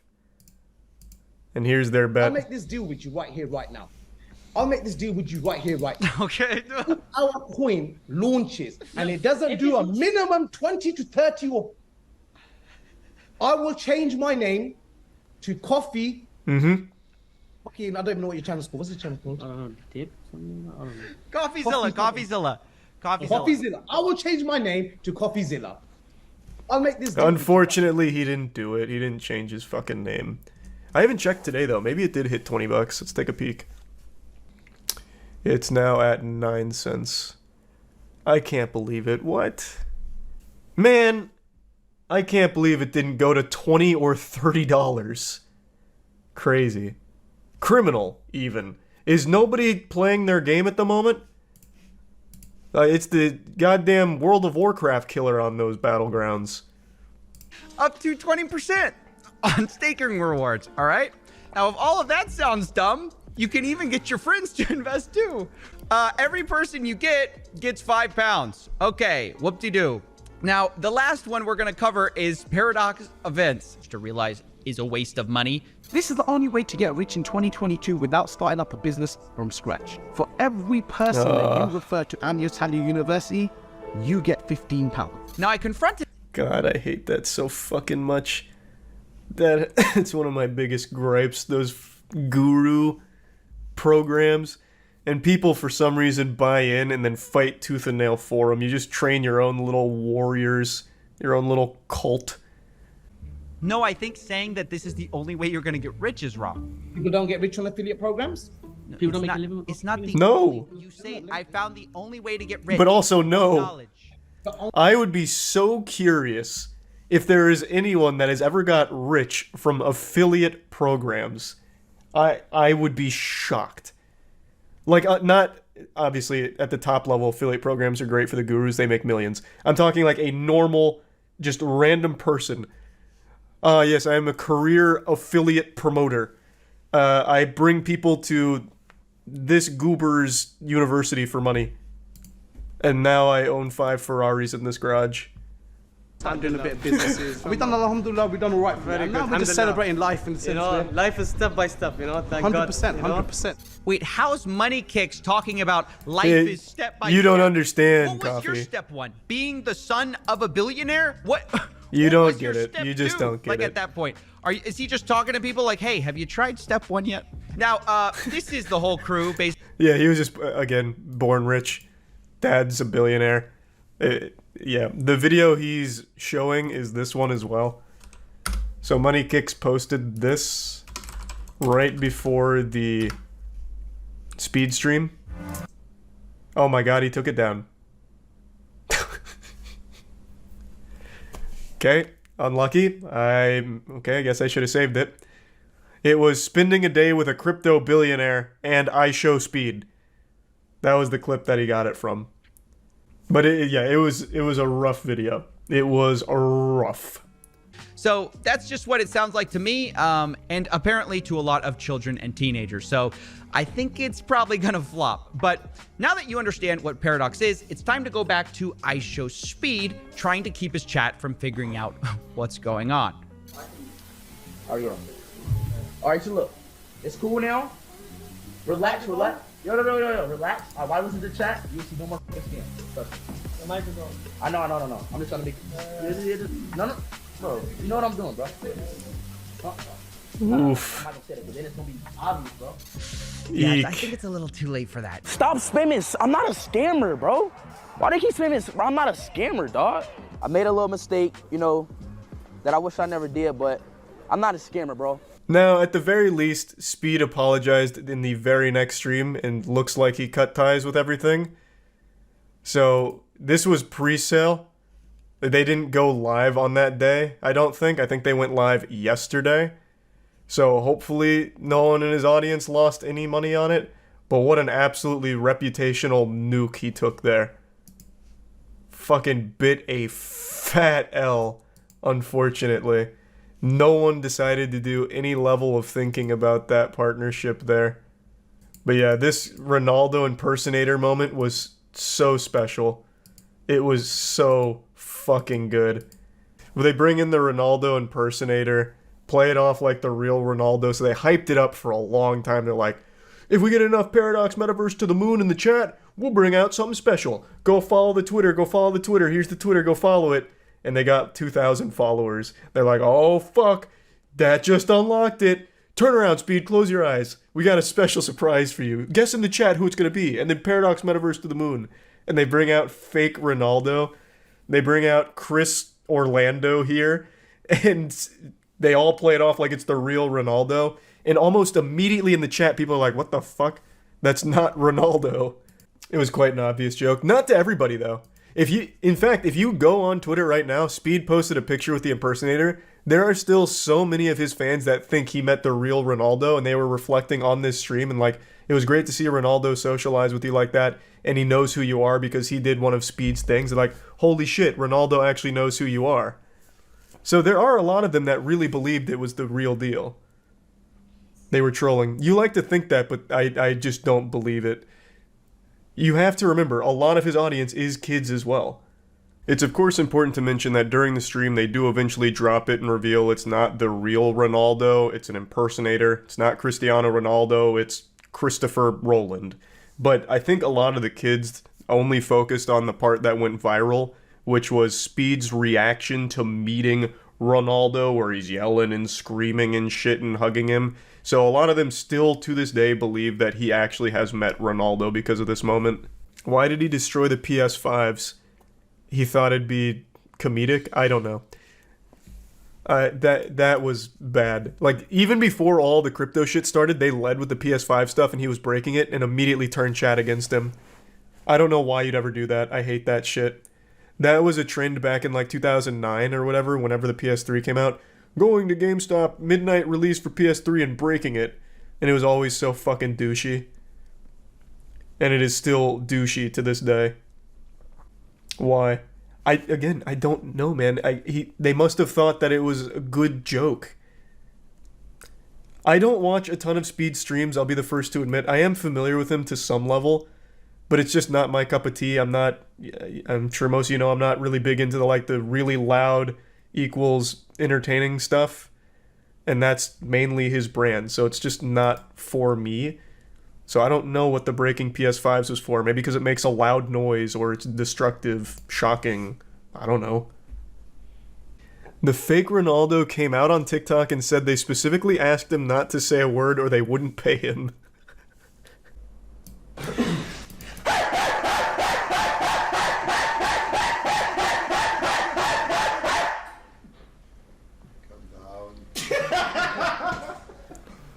This isn't what I was talking about.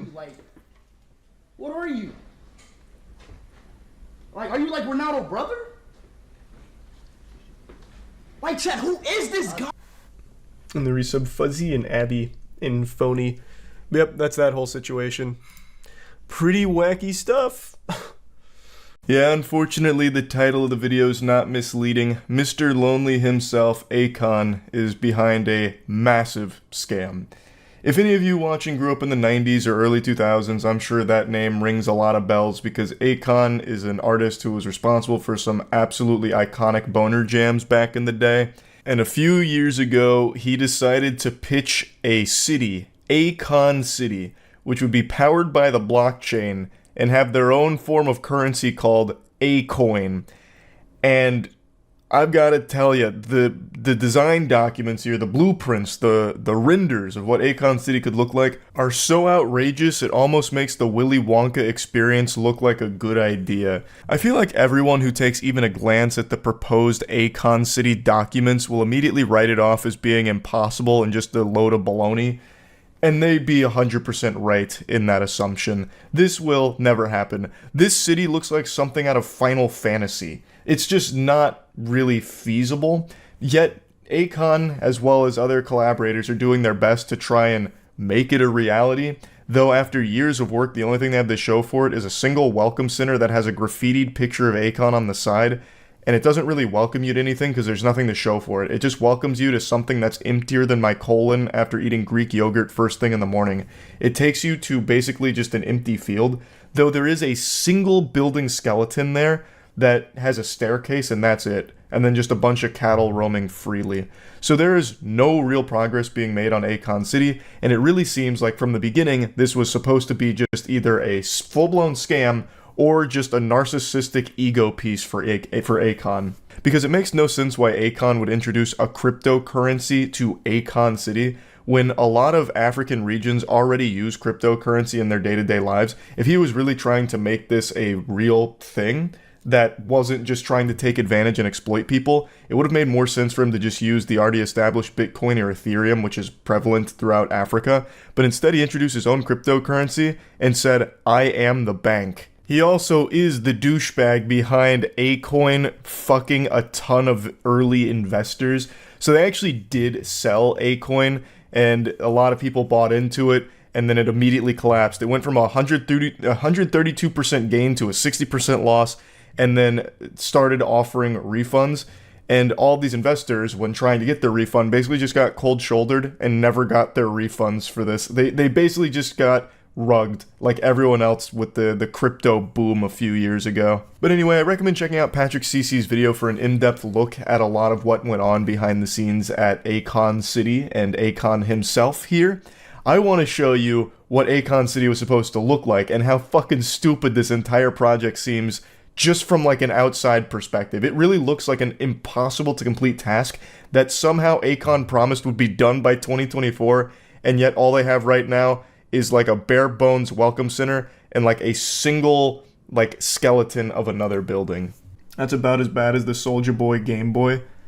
Okay, show a little respect for the Soulja console. Also, Akon City is so much worse than just releasing a fraudulent game console. It is disgusting to compare the two. Akon's City is like the most egregious, over-the-top scam.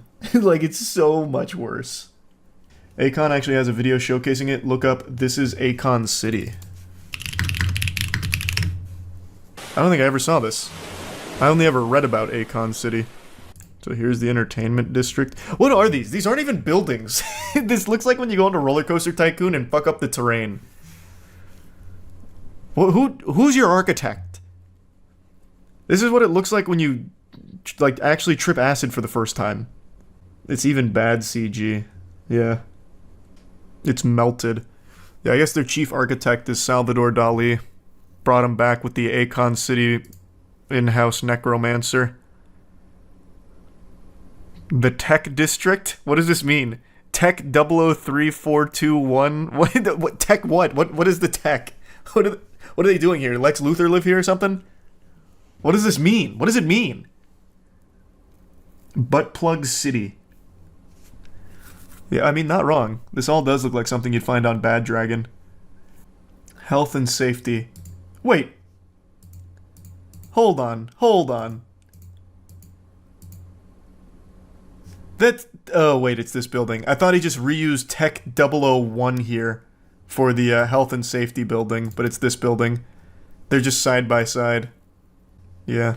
This is the police station here. They inhabit this pack of hot dogs. Here's the fire department, which is conveniently placed in the worst possible position for them to get anywhere, because they're going to have to navigate this minefield, this fucking labyrinth. Good luck having a quick response time from the firefighters. Unspecified office building, I guess. Residential building. General hospital. Outpatient clinic. This is another residential building. Just this coral. Game name? Oh, no, this is a city. This is a Akon City in real life. Apparently they actually did build a building, though, so I'm gonna have to check that out. I never saw this video go up for it. Education District, this is Education 1, Education 2, Education 3, so I'm guessing this is pre-K, kindergarten, middle school, high school, and then everyone parks here. In this teardrop, and then another residential building. Osmosis Jones type landscape. Bro modeled the city from the mitochondria. Yeah, true. So here's the Scenewood district. Oh, here, Akon Tower. He's even got his own, like, Avengers building. So this is where Akon lives, and only Akon. Wait, wasn't this in the Tech District? Isn't this building already occupied by Tech? Am I misremembering the layout? It might be too sophisticated for my tiny little reptile brain, but I'm pretty sure that was one of the Tech buildings. Oh no, it's right here. It's right above Tech 4. Then a bunch of filming studios, more residential buildings, some more office buildings, and this random media tower, I guess. Looks like a cactus theme park. Yeah. Convenient location. All of this looks like Hitachi wands. It looks less like butt plugs, and it legitimately looks like the things you'd see in porn. Those, like, really, ribby wands. Looks like Cryptoland 2.0. Well, apparently it's powered by the blockchain, so it kind of is Cryptoland 2.0. I have to imagine whoever put this presentation together was actually laughing so hard as they charged Akon an exorbitant amount for it. Yeah, I'll throw this piece of shit together for like, I don't know, like $3 million bucks. Done. Shake my hand. Looks like a pretty cool place to live. I don't know what I'm looking at here. It's just random JPEGs that are floating through on this building, but how could you not smile if you lived in a place like Akon City? Alright, let's see the current Akon City. Do we really need an explanation for why Akon City will never happen? I think we all know just by looking at the design blueprints there. Like, come on. Building has like futuristic curvatures outside. It definitely looks like something out of Wakanda, but only one building so far. Whoa, what was this? Wait, what? This is there right now. Also, you should probably have someone else come in and do the artwork on the side of your building. Why? That looks like extremely low poly. It's like a PS1 render of Akon. You could definitely find a better artist for that. In March 2022, Stevens asked a judge to freeze Akon's New York assets, claiming that without the measure, Akon would have difficulty repaying an alleged debt. Stevens' lawyer, Jeffrey Movitt, alleged in his affidavit that Akon City and Akon exhibited many of the trademark characteristics of a fraudulent business venture such as Ponzi schemes and pyramid schemes. Akon City was likely a scam. Akon denied the allegations about Akon City. The following month he paid $850K to settle part of the ongoing lawsuit. He said the motion to freeze his accounts has been made out of spite. I mean, likely a scam is very generous. It is 100% a scam in every possible version of the word. It is official. That's the only thing they've built at Akon City. It's just a welcome center with his face on it. Well, why can't I... Does anyone ever pay a visit to the welcome center? I want to see it. I know. You're looking at one of Valve's big-time glazers. Always got plenty of juice in the sack for them when I'm singing their praises. I just always appreciate that in an industry that's become so overwhelmingly corrupt and filled to the brim out the wazoo with horrible ideas and business practices, Valve kind of just stays the course of being like a really solid, consumer-friendly company for the most part when it comes to the Steam platform. That being said, I'm not just going to mindlessly, fondle everything they do if I don't think it's a great deal. And unfortunately, that's how I feel about the Steam machine with their big price reveal, which isn't overly surprising with the price being where it is, considering the state of the tech sector in general, thanks primarily to AI just butt-fucking all of it. But yeah, with the cheapest available model for the Steam machine, the most bare-bones birthday suit Steam machine, 512 gigabytes, no controller, still costing over $1,000, it just, to me, doesn't seem like a great deal that's worth taking the plunge. Yep, the Steam machine price has been revealed here. 1,050 clams for the 512 gigabyte no controller variant. If you want the controller, it's $1,128. I'm very surprised they're even selling a controllerless version. That's a little odd to me, but I'm assuming it's because every controller can work with it, but still. Then if you want the 2 terabyte, $1,350, and then 2 terabyte with controller, $1,428. It's a pretty penny, bro. That's clams on clams. And as I said, 3-4 months ago, I wouldn't be surprised if it went over 1,000, but I had my fingers crossed, fucking 4-leaf clover in my ass, whatever, trying my best to remain optimistic that it wouldn't. But because of the AI shittening of everything, the enshittification of everything, thanks to AI, the price was always going to be crazy. It's tragic. Actually diabolical. So I also looked at performance benchmarks, and I gotta tell you, man, it's just not worth this.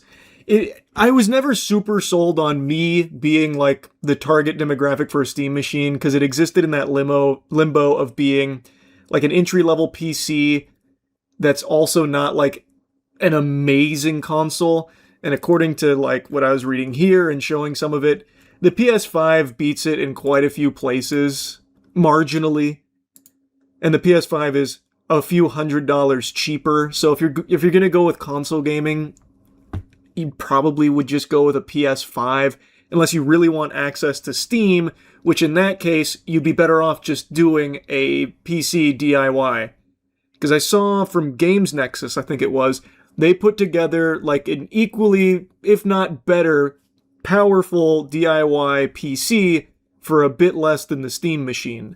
So it's in this gray area where it's not the best console you can get, and it's not the best entry PC you can get. So I don't see why I would buy it. It's just sad because it's pretty clear the reason the price is here is because of the AI ass blasting. From what I understand, it was probably going to be around 750, which that makes a lot more sense. If it could have come out in the summer of 2025 or even a little later in 2025 at 750, slam dunk. Absolutely slam dunk. But at this price, I just don't see it. I really don't see it. It's now been 24 hours since the price reveal. I just got up. Turns out, wasn't a bad dream.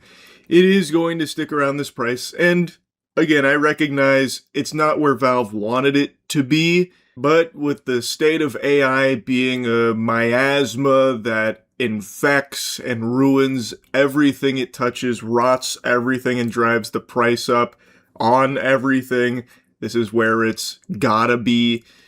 So it's just a shame because it is, I think, just too expensive for the product you get. But if it did come out around the $750 mark, this is a great entry-level PC. Like, this would be a hard-to-beat entry-level PC to get your dick a little wet there in the Steam ecosystem and have a very respectable console PC hybrid at that price point. But since it's now in this purgatory here where it's much more expensive than every other console while being not even as powerful as those consoles, doesn't really, justify being a console investment. And it also is a bit more expensive than some of the DIY builds I've seen people putting together for PCs while being less powerful than those DIY builds. It's just in a rough spot because of this price point that they've had to land at.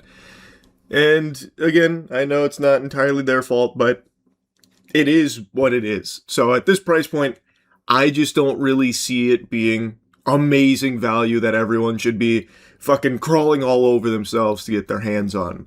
What you should be crawling all over yourselves to get your hands on, though, is our cheeky anime collab restock. We've just restocked our Chainsaw Man soaps as well as Solo Leveling soaps. They're all available now. They've been sold out for a while, but we got them all back in.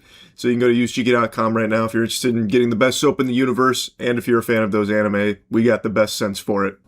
Who's going to get the 512 gigabyte version that's like 3 modern games worth of storage? That's so fucking true. You can get Call of Duty and one other game on your Steam machine if you get the $1,050 version. And then you're cooked. Yeah. No, that's what I was just talking about. I was watching a lot of the benchmarks and the testing for it. It's a little less than I was expecting. It's not overly impressive, unfortunately. Which is why I was saying, if you're going to be getting it as a console, you're probably better off just getting the PS5 and saving a handful of the balloons.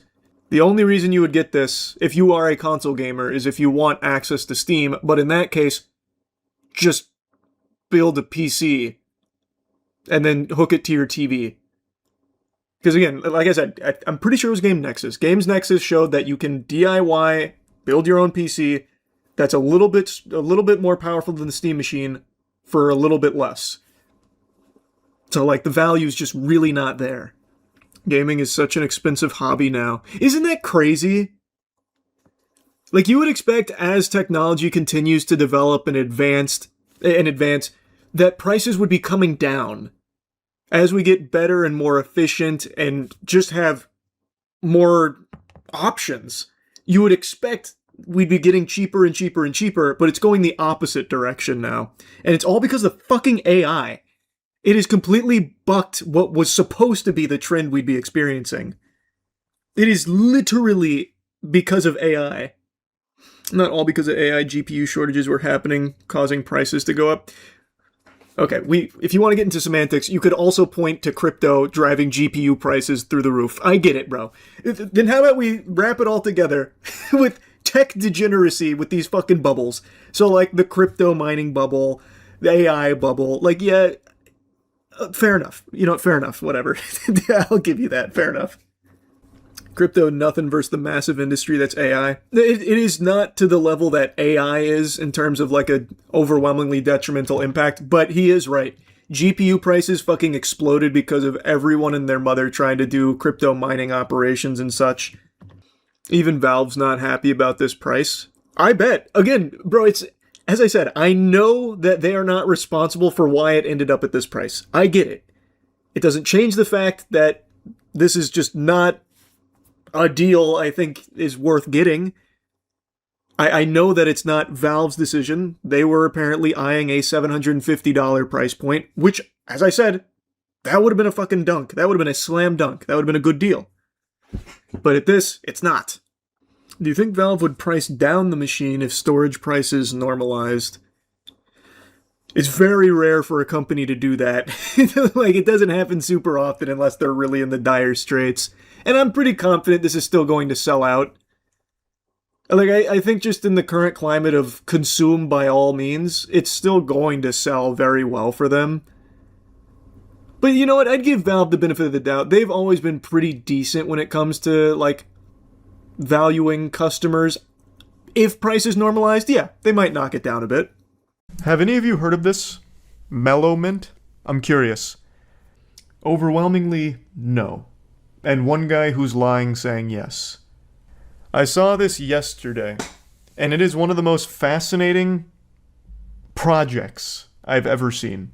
So I want to take you on a little journey through this project here.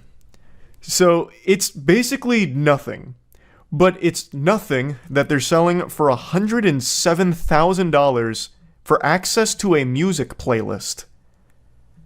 We'll go through all of the mumbo jumbo at the top in a moment, but just take a peek at this. $107,000 for the quintessential playlist, the creme de la creme of music. 71% is dominated by the soul-penetrating melodies of the Balkans. By purchasing this, you're not only securing 2,645 songs carefully curated to move your soul, but you're also casting a vote and joining Mellowmint in a global musical revolution by supporting our audacious vision. Immerse yourself in this unforgettable audio journey and join us on the path to reshaping the world for the better. So this isn't even music they make. This is just 2,645 tracks they pulled into Spotify, basically, and they're charging you $107,000 for access to it. Which is fascinating. And apparently their mission is to change the world by giving you access to music they deem to be high quality, which of course means nothing. It's just whatever this guy liked.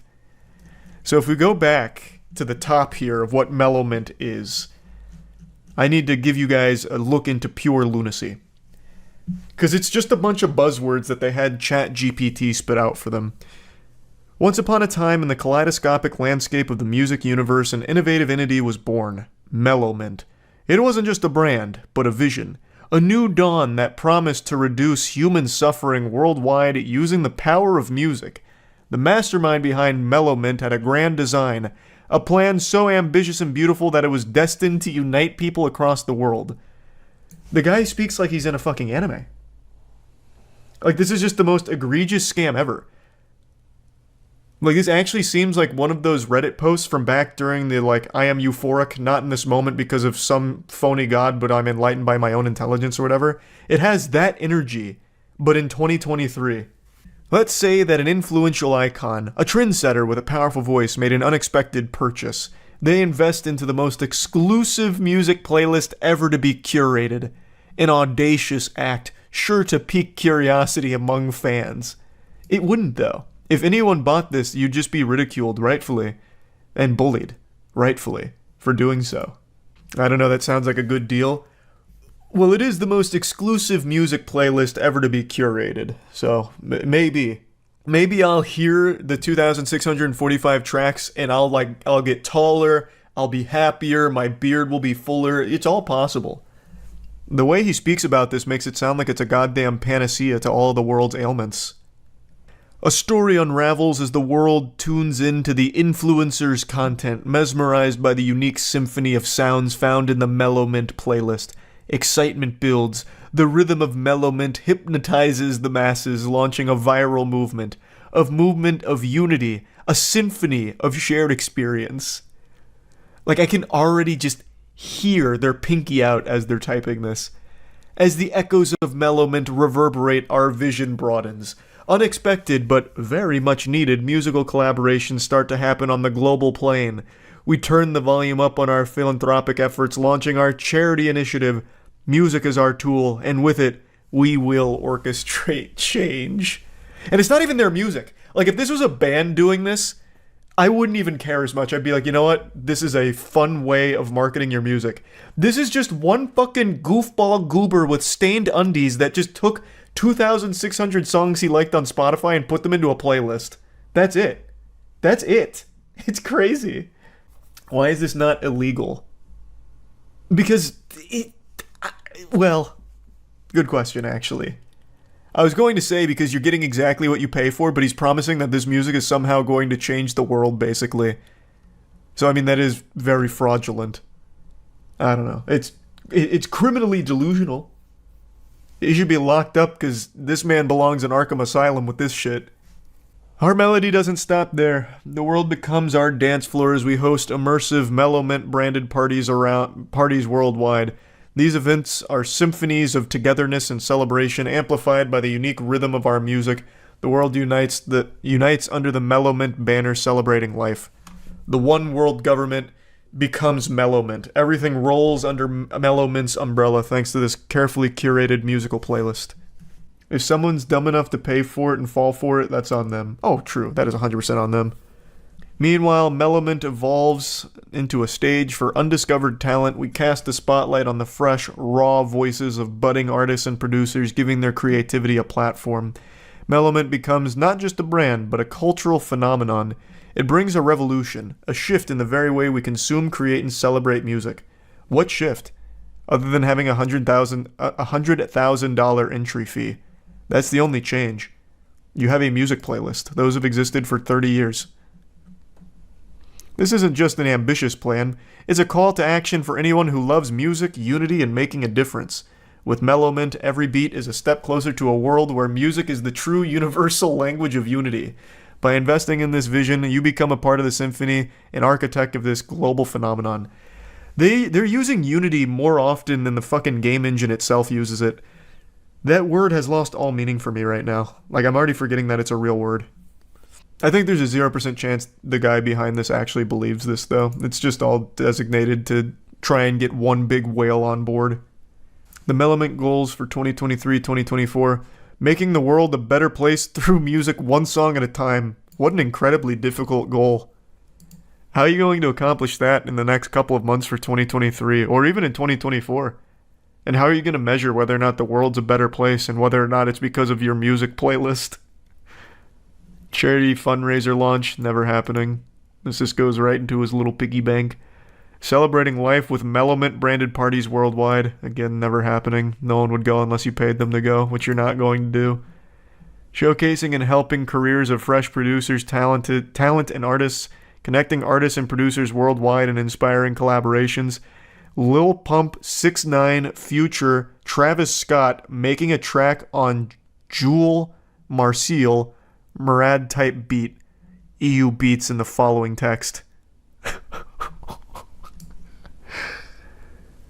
I'm sure they'd love to collaborate for Mellowment. I bet they'd love to hop on that together. Lil Pump, 6ix9ine, Future, Travis Scott, vibing to Balkan music. They love Balkan music here. That was one of their big selling points for the $100,000 package. And who's to say they're not already vibing to Balkan music? US rappers collabing with EU artists on EU beats. Trap beats are boring. Well, I was just about to buy it too, and now you've insulted my tastes. I'll take my business to the other $100,000 playlists. Scoundrel. If I only knew I had 170 days left to live out my life, this is definitely where I would spend my money. If you're dying, you don't want to die without listening to this playlist, so put your money where your mouth is. The Quintessential Playlist is a handcrafted masterpiece carefully curated over decades and passionately fashioned from thousands of albums and tracks. It is an extravagant marvel in the world of music. This exclusive collection is nothing less than the culmination of a lifetime devoted to exploration and adoration of good music, an enduring testament to the transformative power of rhythm and lyrics. Who dictates whether or not it's good? Just this one weirdo's tastes? Probably not a single #1 hit on that playlist. Oh, absolutely not. You think he would besmirch the handcrafted beauty of this playlist with a Billboard topping song? Disgusting. No. This is for real music, such as the sound of 3 trash cans being banged together. Oh, yes. Just even thinking about that starting to change the world for me. Venturing far beyond the realm of the ordinary, the Quintessential Playlist is a result of countless hours, days, and years spent delving truly deep into the global music vault. Every song is handpicked meeting the toughest criteria, every track polished to perfection. every melody carrying its own unique story. This prodigious... No, that's not how you say that word. This prodigious compilation is a comprehensive reflection of the world's best musical landscape, the musical brilliance of countless artists, the raw emotion encapsulated in their creations, all harmoniously compiled into 250 hours of exquisite musical experience. Brother, what are you talking about? At the very bottom of this, it says that it's 143 hours. You're lying. This says right here, in plain, ordinary English, 2,645 tracks equate to 143 hours of listening time. Where's the 250 coming from here? Are you lying? Are you telling me a lie? Oh my god. How am I supposed to trust them now with my money? But yeah, I saw this project yesterday and I was just blown away by just how shameless it is. With a quintessential playlist, you don't just listen. You connect to the world and reaching a global audience. It's about bridging the gap between continents, cultures, and individuals, about resonating with the collective heartbeat of humanity. Experience the influence, the reach, the significance, the quintessential playlist. If there's no The Gentlemen on it, then this whole playlist is worthless. And here's the party they're talking about that's never going to be thrown. I actually feel like this is made by the guy who made Firefest, and I already forgot that fucking goofball's name. But it's basically just like the same thing. You're buying a ticket to the once-in-a-lifetime event that mirrors the vibrancy and energy of the music it celebrates. It's just a blatant scam.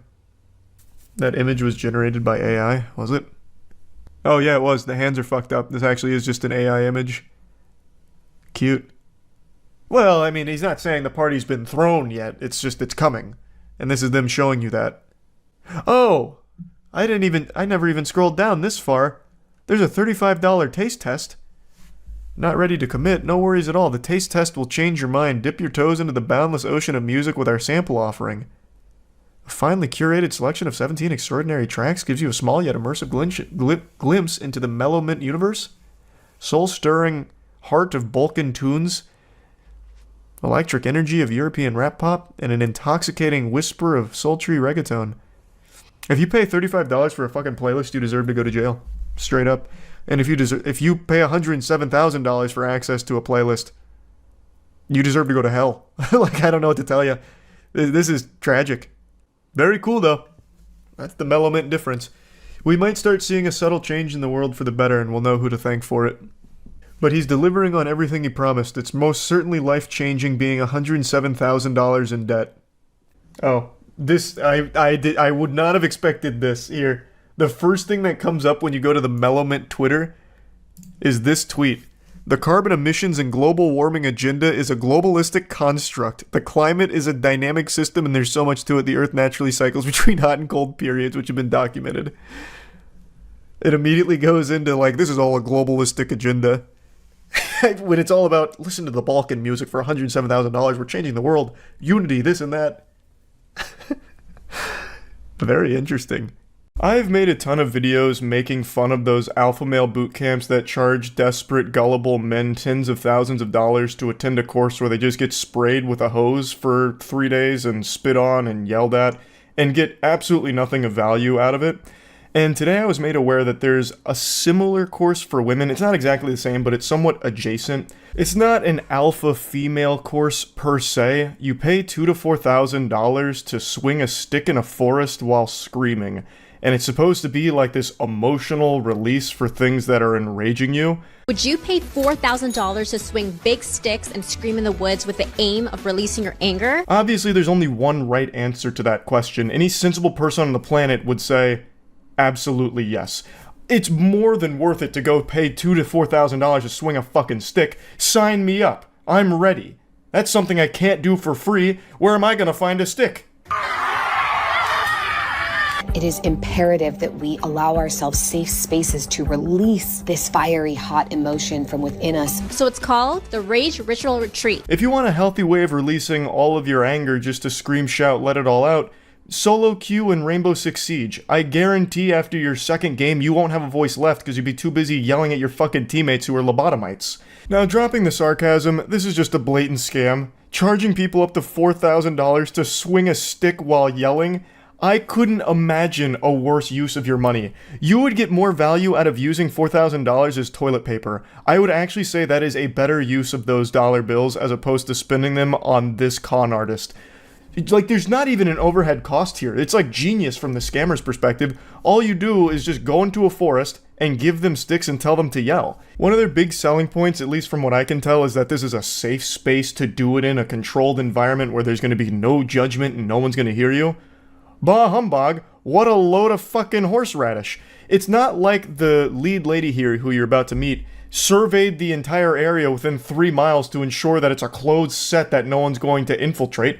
There's definitely going to be some hikers that might hear you, or some wildlife that's going to be startled and maybe you get charged by a bear who's confused or something. Like, it's not like this is some kind of environment she controls. All she did is get a class together and charge them thousands of dollars to swing sticks together. Something that you can do for free right now. And in fact, I will. I'm going to release my rage at seeing this blatant scam and people's willingness to just spend tons of money on absolute fucking nothing.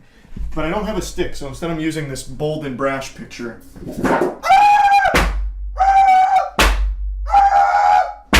And the founder's name is Mia, and she describes herself as a spiritual fairy godmother and is known online as Mia Magic. You're gonna need big sticks. Right now I feel angry, right now I feel frustrated. Everything, whatever you're feeling, let it out, express yourself. Basically paying thousands of dollars for a guided anti-meditation class. So you visualize something you don't like. So for me, I've got a big mental image of James Corden. Grrr, I'm gritting my teeth. I gotta let all this anger out. Where's my stick? And then spiritual fairy godmother gives you permission to start yelling while hitting the ground with a stick till your arms give out. It's an actual caveman course. The lady behind it is a self-proclaimed mystic whose supernatural ability is getting middle-aged women to empty their piggy banks for her. And her rage ritual she describes as, when people do this and give themselves permission to release their anger, their capacity for joy actually expands. Which is a bunch of fucking mumbo-jumbo. Like, this gobbledygook is something you see in every angle of these scams. Like, alpha male boot camps do the same thing. Right now, you're a broken man and only we can fix you because we're gonna give you the capacity for success. So give us $18,000 so we can stick this hose up your ass. They're able to feel more happiness and pleasure, and they go home to their families with more gratitude and ease and peace. That's like the same goofy logic in the Purge movies. Alright, we're gonna make murder legal for one day so that way you can get it all out of your system and you won't want to murder anyone else for the entire 364 other days. This is like that same thought process. Alright, we're gonna go to the rage retreat for a little while and you can scream a lot while swinging a stick, so when you go home you're gonna be so much more peaceful and you won't have any rage left and you won't get angry again. As I've said in some of the alpha male courses where they have you scream into the instructor's bosom, literally just motorboating a dude's chest while screaming, I have said that it is definitely relieving to yell. Just have this big emotional dump. Ah! It feels great sometimes just to let it all out. I get it. And you know what the beauty of that is? It's free. You shouldn't be paying thousands of fucking dollars to do that. You can do it now. And I guess I should mention that she does have another more financially viable option where it's a one-day ticket at $222 per person. Now, just to put that in perspective, for 222 clams, you can just go to a fucking smash room right now, get yourself a sledgehammer or a baseball bat or your medieval weapon of choice, and just start breaking shit while yelling and screaming. That is like a full body release. It's very emotional if you want it to be, I guess. It's significantly cheaper, you're not getting scammed, and you get to have fun with it. Why not just do a smash room? Like, this has no advantages at all except you go into a forest for it, which doesn't do anything. And it's not even like she's trying to sell it as that, like, oh, it improves your connection to nature through like this, chakra realignment with the Earth's magnetic crust. Like, she's not even trying any of those weird angles that we see a lot. She is literally just saying, hey, come swing a stick and yell. Well, then let me cosplay as your financial advisor real quick. Save yourself the doubloons and go to a smash room right now if you think this is something that's going to help you feel better and like let off some steam. Go to a smash room, save yourselves a lot of money, and bust up a car, destroy a toaster, fucking, I don't know, blast an old kitchen sink, whatever they have there, and start yelling and screaming, get real primal and guttural with it.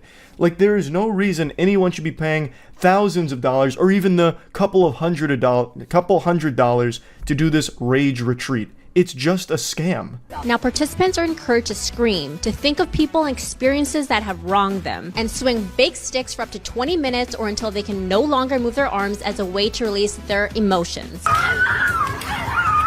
This is a place where we get to go full out without any feeling of restriction. Hey, it's me, Charles, again, your spiritual Gary Godfather, your spiritual fairy godfather here. Just go to a Smash Room instead. You don't have to pay me for this advice here. Wish granted. You want to blow off some steam and scream and swing a stick? Go to a Smash Room. It's not nearly as much money as this. Okay, fairy godfather out. Poof. Who has made me angry? Who has hurt me? Who has broken me? Who has cut me down? Now, the rage rituals go down in the forest so that they don't have to worry about bothering people nearby. And if you're thinking of joining a rage ritual, the packages range from $2,000 to $4,000. And you know people online are sharing their thoughts on this creative therapeutic outlet. One user said, where is this? Asking for a friend. This has nothing to do with the rage ritual anymore, but the video that I was linked here, I just find it very interesting, the comments they pick out. So that one right there, that has no updates at all. That seems like a comment production might have left there just to seed something in here that's positive. Somehow they only found positive comments when I know people would be clowning on this. 100%. I know for a fact they are because I looked at other uploads and most of the comments are laughing at it. Yet somehow they found the only 3 positive comments buried deep within there. I just thought that was kind of interesting to point out. And this user said, I want in, while this user said, I wish women would just take their rage out on the people that are enraging them. These rituals are like a bandage for a bleeding wound. Now, Mia Magic said the next retreat will be in August and the location will be in France. So BG Squad, how do you feel about this rage ritual? And are you thinking of going to one too? Share your thoughts in the comments. I hope you don't mind if I share my thoughts in this video. I will not be attending. And I encourage everybody else to do the same. Please stop paying thousands of dollars for things you can do yourself for free. You are getting absolutely nothing of value out of this, except I guess if you wanted to go to France. I mean, I guess if you want to take a vacation to France, but it seems like all you do there is go to France and swing a stick in the forests. Basically what you're doing is you're paying for this lady's vacation spots. That's more what it seems like to me. She's like, oh yeah, this one's going to be in France because you're able to scream louder there, and like the forests are super isolated and serene. So yeah, this next one's gonna be in France. It's $4,000, by the way. Like, it seems like all you're doing is financing her traveling. Like, that's what the impression I get. There's no reason that it needs to go overseas. You can do this in any fucking forest ever. It's just so obviously a scam, taking advantage of gullible people. It's so fucking ridiculous, but that's just kind of the day and age. People are more than willing to just part with tons and tons of money for absolutely no reason at all. But yeah, I want to talk about this a little bit. That's it. See ya. It's time we have an important discussion. It's something that I feel I need to publicly address. Stop trying to scam me. 5 days ago, I posted this video saying that I will give $25,000 to anyone who could find some videos I deleted from 2007 to 2010. As I mentioned, I believe it to be an impossible task, but on my Twitch streams, people convinced me that it might be possible, so I figured I'd make it a fun lost media challenge. Since posting that video, I have been inundated by low-effort scammers trying their best to deceive me. Like some real dog shit things like, Charlie, I'll double your Bitcoin and find your videos. Just send the $25K first. You know, just like really dog shit garbage attempts to take the money from the challenge without doing any of the work. I started playing RuneScape in 2005. I have been scammed more times than a rich old lady who always answers a telemarketer's phone call. I have been used like a fucking fleshlight by scammers since I was a kid. I was baptized in the flames of scams. I understand scams, how to recognize them, and I'm not that gullible. I don't usually fall for scams anymore. However, the scammers are getting more creative and clever. I was almost fooled by one the other night, and I'll go over that in just a little bit. But first, let me just go ahead and talk a little bit about this Lost Media Challenge. I've received so many emails and messages from people saying that I owe them money because they found my first Gears of War sniper montage, a video that is currently still on my channel. People are literally just going to my channel and sorting by oldest and then saying I owe them money for finding those videos. You think I would pay $25,000 for someone to click 2 buttons on my channel? You think I haven't done that? Again, the challenge was finding the 500 or so videos I deleted from 2007 to 2010. And I'd mentioned I'd pay money per video that was found.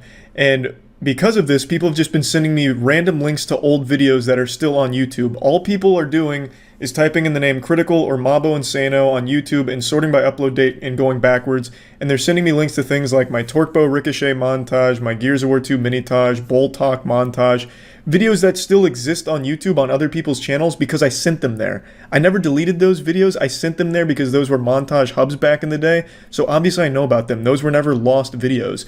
And what makes this pretty upsetting is in the initial video where I talked about this bounty, I even talked about that. I pulled up the Torquebo Ricochet montage saying, I know this is where people would immediately go to, you know, thinking that it's a lost video, but it isn't. And it makes it very clear that most people didn't watch the whole video or even watch half of it, because I even pulled up Gearsopedia content saying this is not lost videos, so please don't send it, and I have gotten hundreds upon hundreds of people sending me those videos and demanding that I pay them for that. It's fucking sickening. It is swamping up my ass real hard. Those aren't any deleted videos. You're not, you know, hacking into the mainframe and finding these by just searching Critical and going backwards on YouTube. It's like when I posted that video, I lobotomized all these investigators. Like, they just turned their brain off and scrambled to find anything to try and get money out of it. Obviously, I would have looked up Critical or Mabo Insano and sorted by upload date, or looked at old entries on other forums by Googling it. You can't find them like that, which is why I put such a high amount on being able to recover any of these videos. So please, stop just sending me links to YouTube videos that have been up for like 13, 14 years. I clearly know about them because they still show up when you search for them. Another thing people keep sending me is the archive.org dump, which has a lot of videos from my channel on it, and they're saying, look Charlie, I found all your old videos, so where's my money? But what they didn't even bother to do is looking at those titles to see if those videos are deleted. The answer is no, they're not. In that entire archive.org dump from my channel, all of those videos are still on my channel, except for a couple that got blocked from old copyright stuff. But they're not old videos. Those are like 2014 stuff that got blocked on that dump. So it's not what I was looking for, and no one even bothered to check, and they're still demanding money from me for it. So I just wanted to clear up all of that confusion quickly, alright? Like I said, it's not some easy lost media challenge. It would be something that would take tons and tons of work, and I don't even know if it'd even be possible, because like I said, YouTube can't recover them because this was before YouTube was bought by Google, so they don't have any archives of the deleted videos on their service anymore. So I don't think, like I said, I don't think it's even really possible. There's only been 2 people so far that have genuinely recovered some old content. One guy was able to find 10 seconds from an old glitch video that I posted, and then another guy was able to find an entire video that was deleted from another person's channel that had a commentary video of mine that I sent to them. From Pixel Enemy's channel, I made a guide for Star Wars Force Unleashed back in 2010, and that channel deleted it at some point along the way, and someone was able to actually recover it. So a bit later than what I was looking for, because it was never a video I posted or anything like that, but even still, that was extremely impressive, and one of the old, it is actually the only deleted video that has been recovered by someone so far. So yeah, I just wanted to do a PSA on that entire thing before showing you what I believe to be the most clever attempt at scamming me so far. This happened on stream a few nights ago. I stream every single day at twitch.tv/moistcritical. Please stop in, put a few extra inches on your penis. We have a lot of fun over there. I'm probably streaming right now, and I would love to see you there. So come on in and say hello to me right now. Twitch.tv/moistcritical. I'll put a link in the description. I see. This is a pretty good thumbnail. Halo 3 Dark Venom's Lone Wolf game. Let's see. No! Someone did it! No way! There's hope! Someone actually recovered one of the deleted videos. Let's fucking go. Is there audio? Hold on, I have it muted. No fucking way! Wait, how? Yeah, send me either an email or a DM or something. And tell me what kind of work went into this. I'm pretty optimistic now. That's fucking big. So this was one that I deleted, like genuine, this was not uploaded anywhere else. At least not that I'd ever found. It wasn't on archive way back. No random channel, nothing. This was a fully deleted in the void video. So Mabo Insano Hunter. Make sure to DM me or email me. Which one? Who put that in the chat? Let me see. And I need to make sure you're like the actual one that did this and didn't just take someone else's work. But yeah, I'll pay for this one. It's 25 grand for the entire bounty, like if you find every single one of them, but I'll go video by video. But I want to know what kind of work went into this. How are you sure this is your video? Because I absolutely remember this. This is the right map. This is the right song. It's the right length. I never went above like 4 minutes. Also back then, you couldn't go above 9 minutes. 9 minutes was the limit, so I kept everything super short. Let me see. Let me see if they show the Dark Venom name. Because maybe you're right. Maybe they did just somehow... It'd take a lot of knowledge to be able to recreate it like this, though. Oh, you might be right. I don't see Dark Venom there. Oh, fuck, you might be right. But how? How would they... Wait, this is very deep now. Everything about this was right, but there is no Dark Venom here. As far as I remember, he didn't have another gamer tag.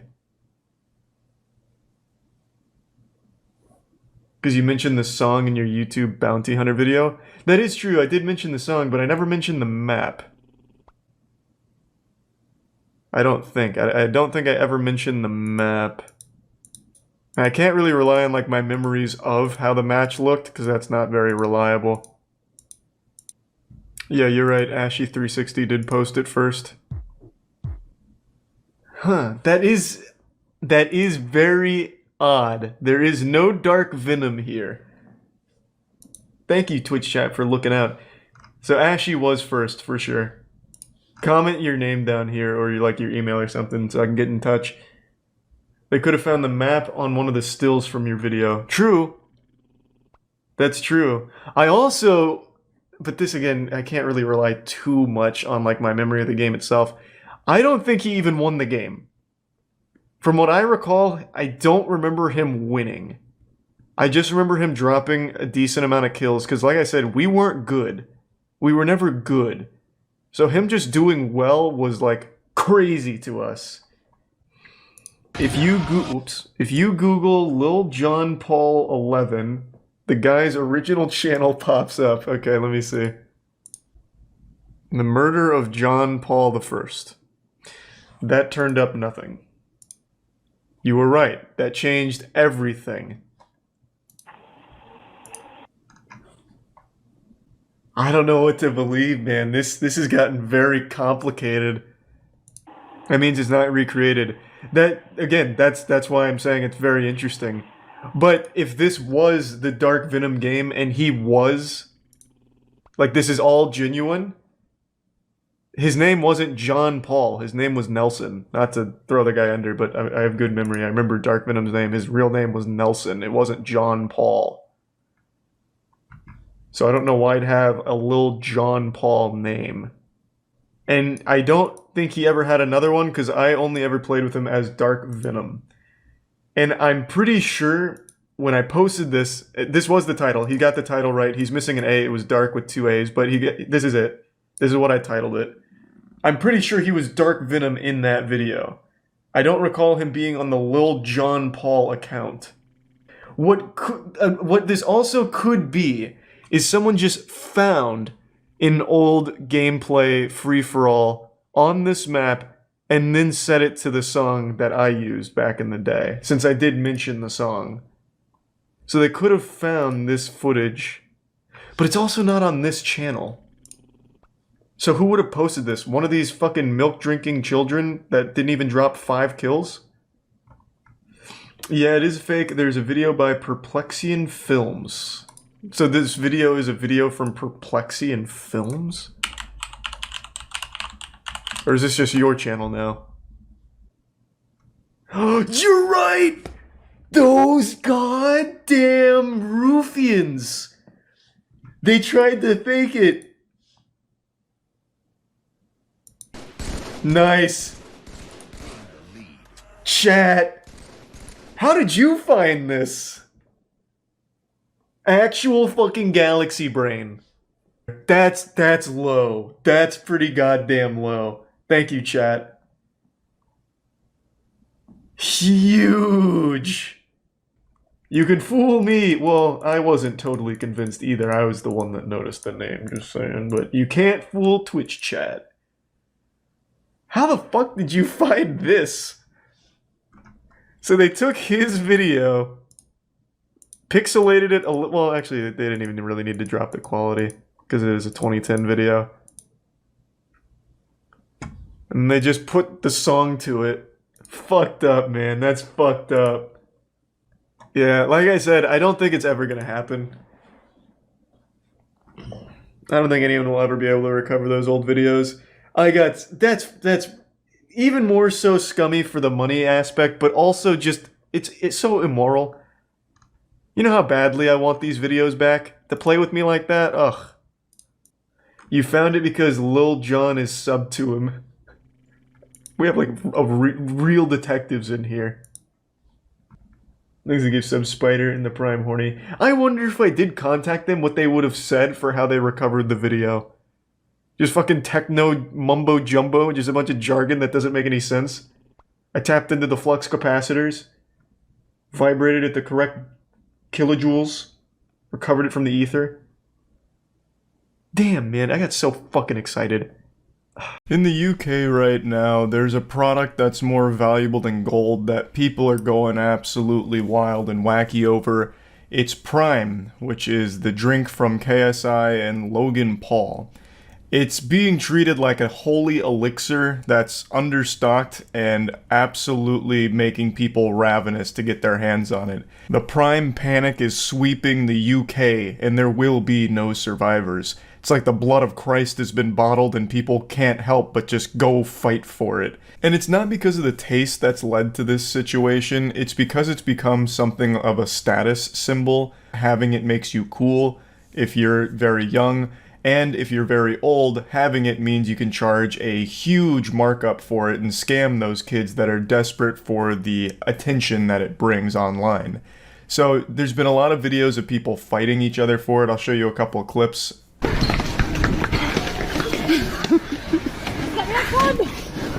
Oh my god!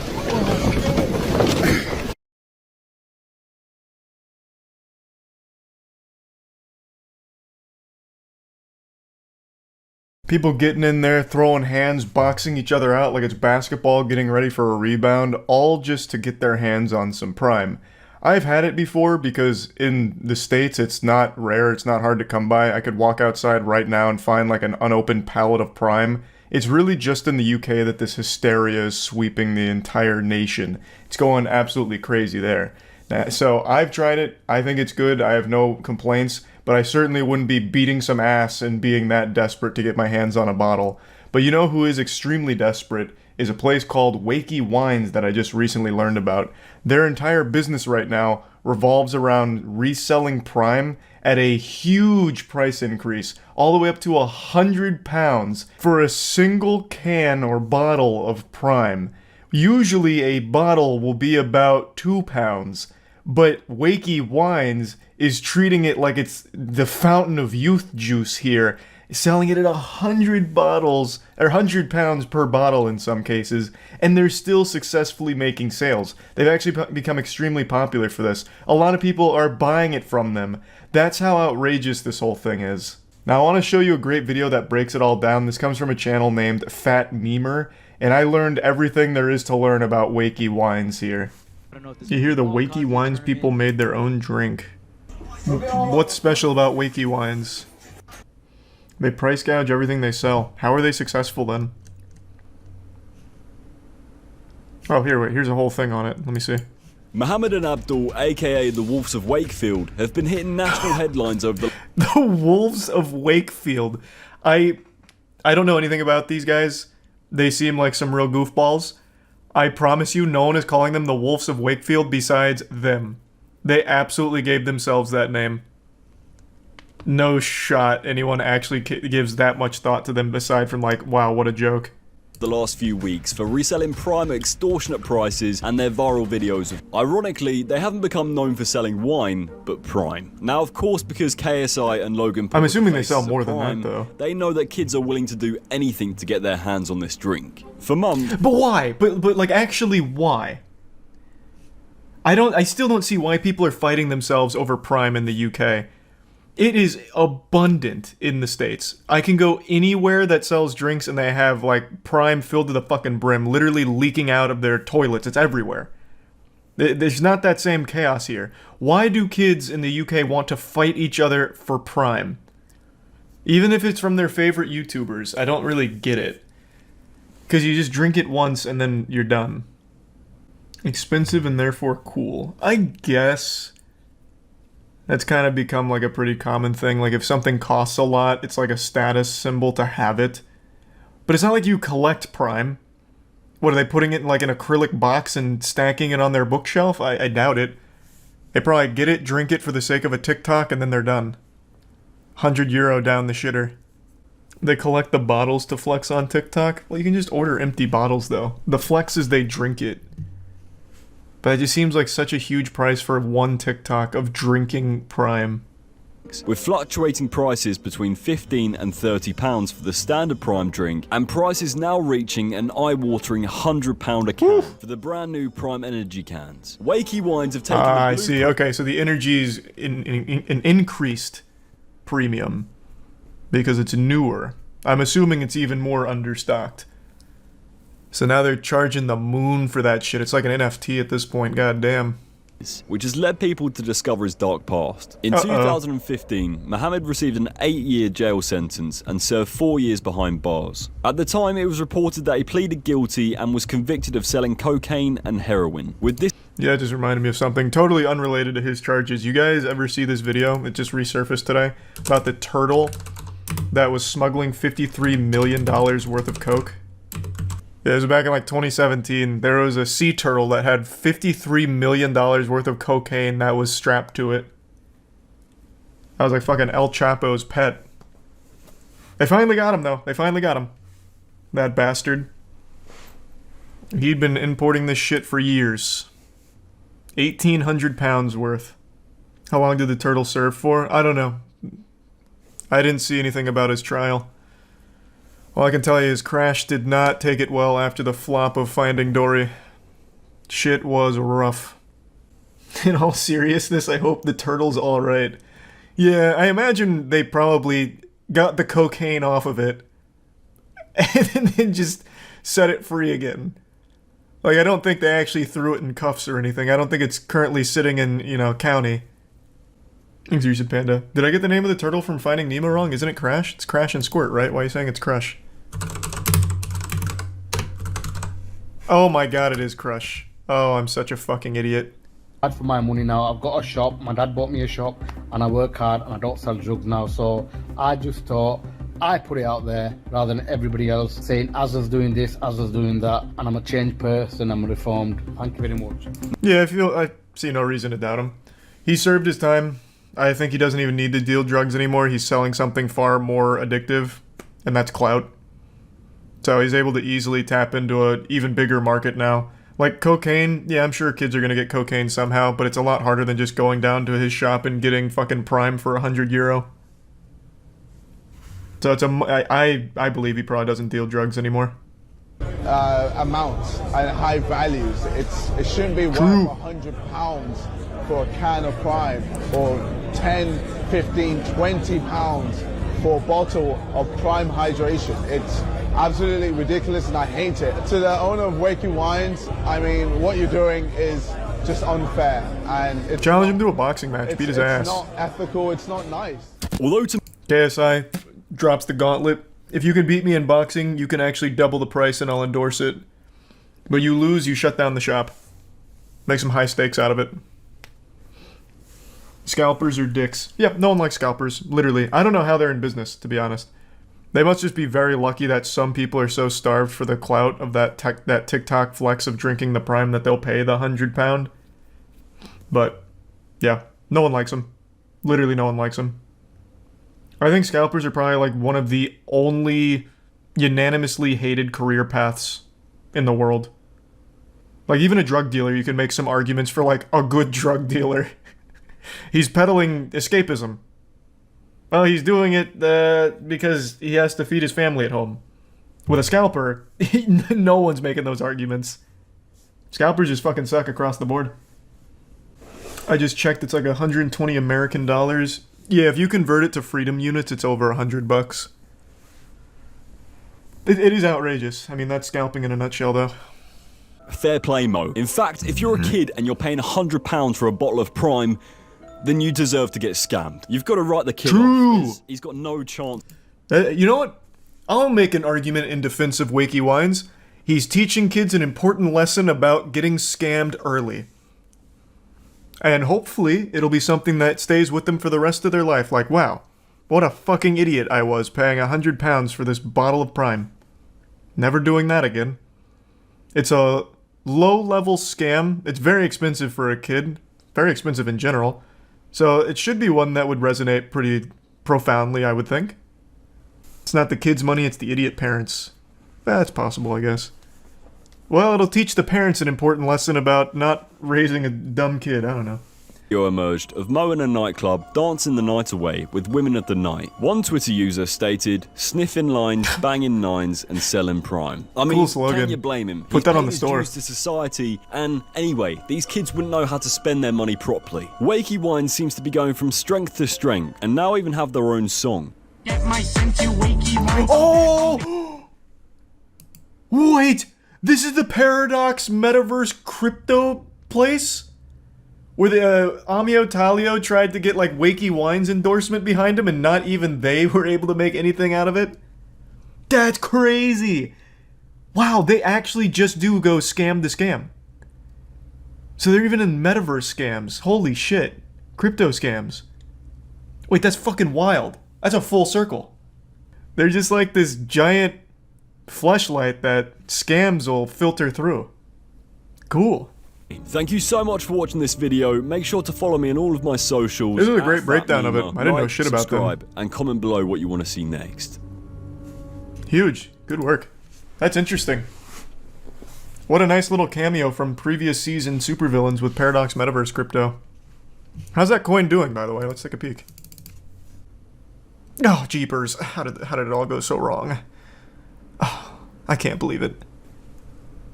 That's the day chart? Oh, yeah, that's fair. That's fair. We should look at how it's doing over the last week. Oh, no. How's this possible? Whoa! What was this little pump here? Amio Talio buying on bot accounts. Good work. That was a nice little pump and dump for a day. Literally a day. And then back to rugging it. Did you see kids opening Prime at Christmas? They reacted the same way as a kid getting his first Xbox. That's so cute. The word fantastic is defined by Merriam-Webster as meaning excellent. It's used to express that something is really good, even great, like Tony the Tiger says.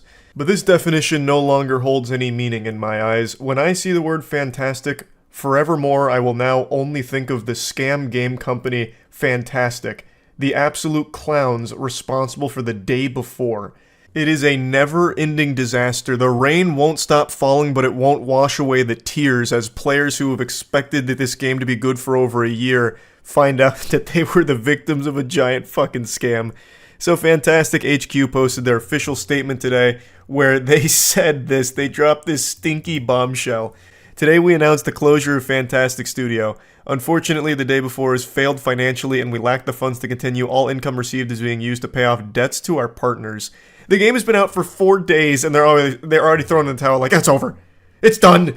We've lost all of our money. It's kaput. And it is an absolutely revolting pile of garbage. But it's only been 4 days. I've never seen a studio give up this quickly. It really just seems like a convenient excuse to close up shop and run away and hide because of all of the shady business they'd been up to over the last year or so. But anyway, we invested all our efforts, resources, and man-hours into development of The Day Before, which was our first huge game. We really wanted to release new patches to reveal the full potential of the game, but unfortunately we don't have the funding to continue the work. It's important to note that we didn't take any money from the public during the development of The Day Before. There were no pre-orders or crowdfunding campaigns. We worked tirelessly for 5 years, pouring our blood, sweat, and tears into the game. At the moment, the future of Day Before and Prop Night is unknown, but the servers will remain operational. We apologize if we didn't meet your expectations. We did everything within our power, but unfortunately, we miscalculated our capabilities. Creating games is an incredibly challenging endeavor. We're grateful to everyone who supported us during these difficult years. It's been a fantastic journey over the past 8 years. And then they go through their resume there. So the reason they keep driving home the idea that, hey, we didn't take any money from anyone during the long time of misleading the public into what we were actually working on. We didn't take any money. Thus, we can't possibly be misconstrued as some kind of illegitimate business or a scam. But there's many other ways you scam people besides taking their money directly. Like, you did inadvertently end up taking people's money through false advertisement. You did technically scam them because you advertised an open world MMO game. You advertised so many things that aren't in the actual game you released, and so many players still thought that's what they were going to get with your package. So you did still take their money eventually, even though it wasn't crowdfunded in the beginning. You still ultimately did scam your audience. But anyway, I want to break down the whole situation around this studio as well as the day before, and also there's a little bit more that's going on here besides just the closure of their studio that I'd like to talk about. I'll get into all that in just a moment. First, I want to talk about Opera GX real quick. Big thanks to Opera GX for sponsoring this video. Opera GX is the best browser available, period. I've talked about it many times, but it is the truth. Unlike other browsers, it's not a resource hog, so using Opera is never going to tank your performance or anything like that. Don't get fucked by your RAM! Keep that shit under control! Everything is super convenient with Opera because you can just have everything pretty much integrated directly into the browser, like your messaging apps, Discord, Facebook Messenger, Instagram. But there's also just so much you can do with it to customize it to your personal tastes, thanks to GX mods. You can create something entirely unique and original, or you can choose from some mods that already exist on Opera, like the Eric Andre mod.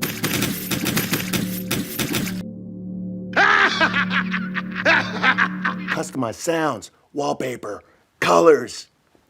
Do whatever the fuck you want. Another fun feature is the GX Corner, which can keep you up to date on upcoming video game release dates as well as the best deals around, so that way you can find the optimal spot to shop for the upcoming game. It's just so many fun features that Opera has.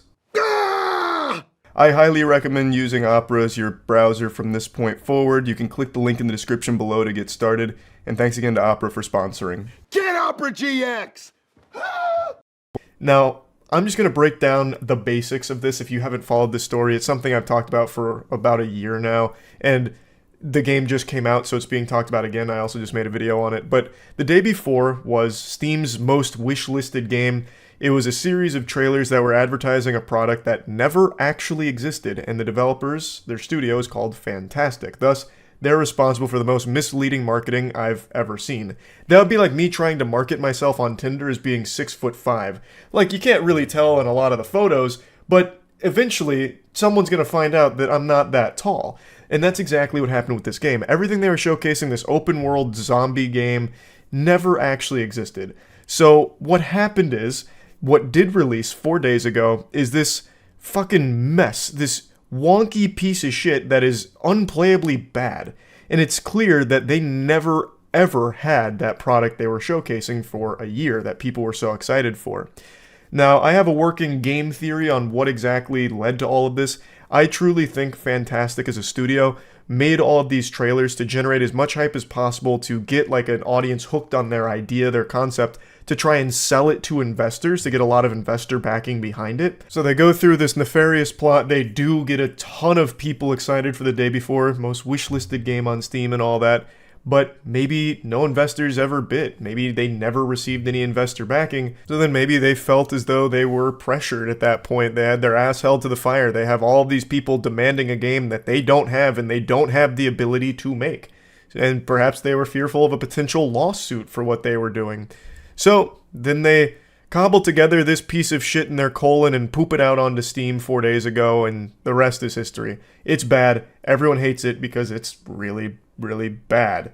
And now they feel as though they can comfortably wash their hands of this whole chapter of the book and walk away without being in legal trouble or anything like that. That's what I think happened, because I have no other explanation for why they would make a fake trailer, make fake trailers for a game that they weren't actively making and never were actively making. It doesn't compute. If this was a Kickstarter thing, then I'd get it. Their whole plan was to scam people by getting a ton of money in this game they weren't making.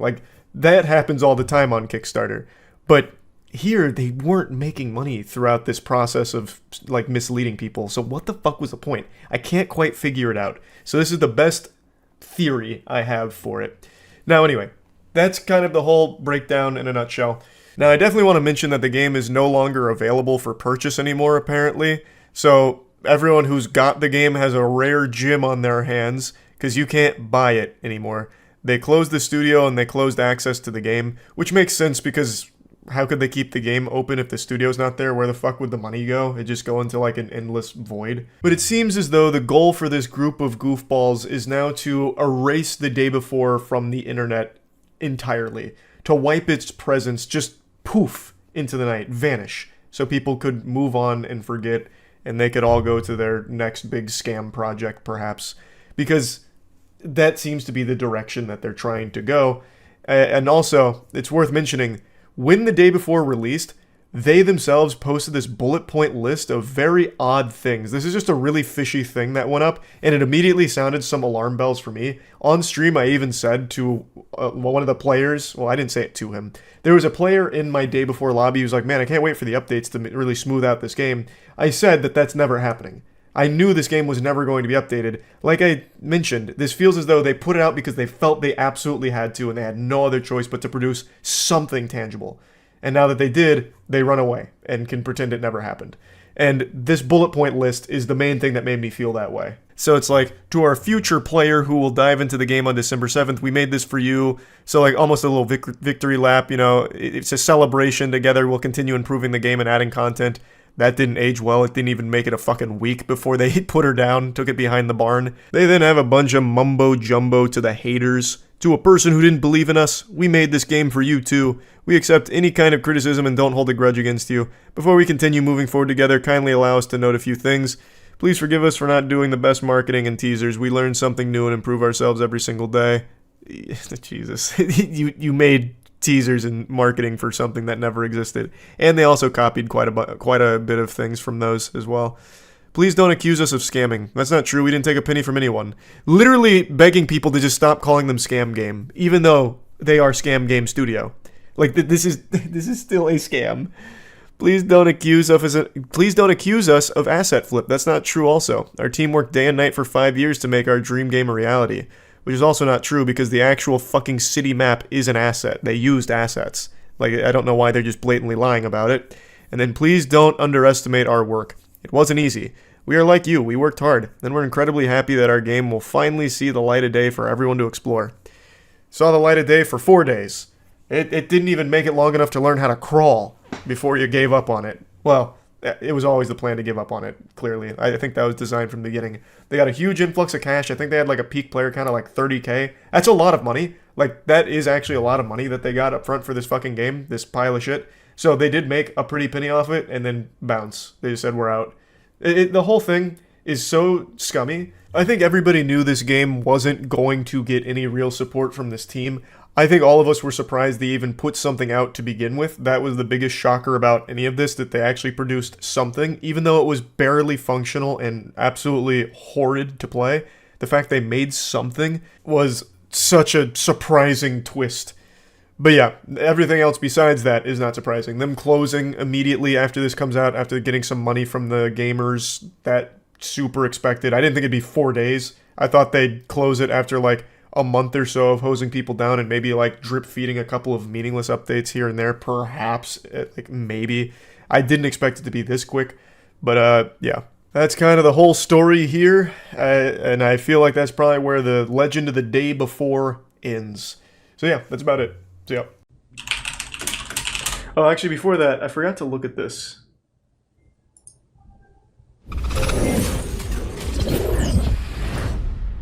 Recently, I did a video about Earth 2. In my eyes, it's either A, a delusional group of pathetically idealistic idiots who think that they can redefine the entire virtual entertainment sector with a small team, limited resources, and the largest undertaking, possibly, in the history of technology, or B, a pyramid scheme and a scam that will never deliver and was never intended to. Take your pick, it's still a bad one. I think it's the first one. Well, that video caused a lot of anger and a... Planet IX. I'm so old. Fuck it. That looks cool. Copy of the planet where players can buy, collect, and trade picks, which is how we call the lots of land. It's the same game. Packages and then go into the marketplace, and then they can sell, exchange, buy directly from Holy other fuck. players. Holy shit, it is exactly the same scam.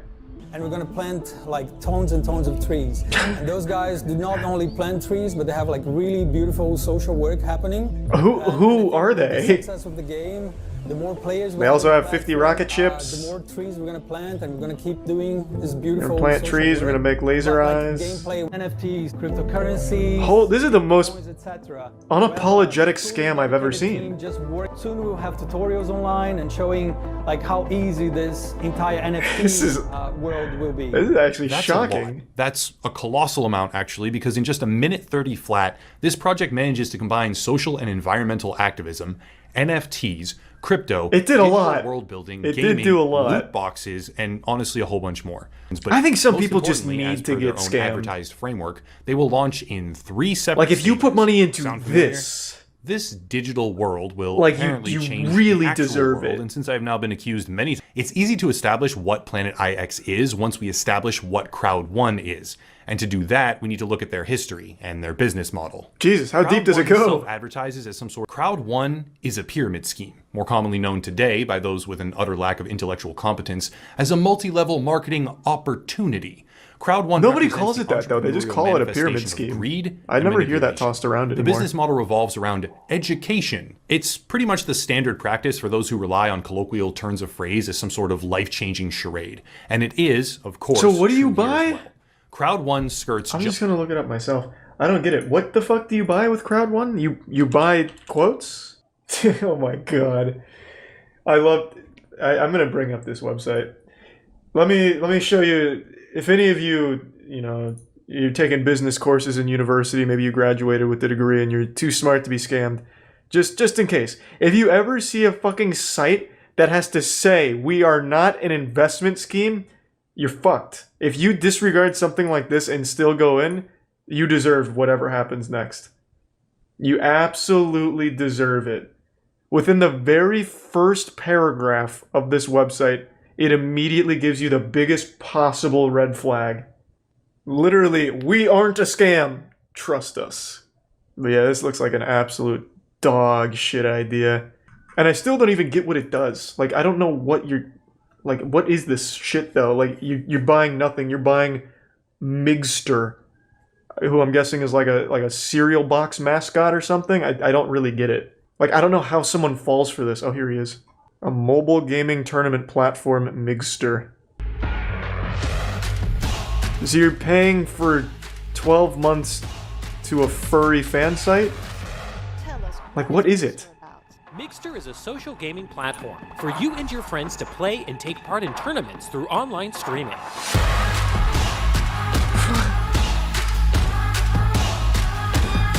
They did not. They did not. This is the old Scooby-Doo Cartoon Network game from their website back in the early 2000s. Holy shit. I am actually... This just sent me on like a nostalgia boner, like fucking That's So Raven episode. I used to play all of those Cartoon Network games. All of them. The Dexter's Lab ones where you're making like a maze for chickens to die in.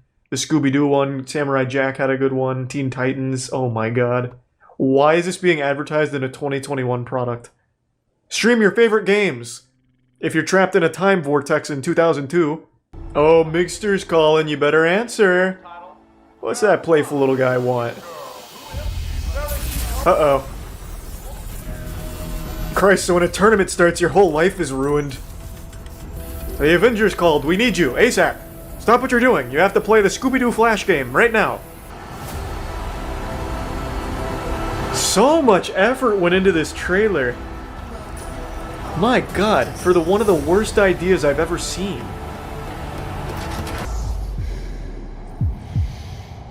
I feel like I'm getting a whole movie's experience worth right now.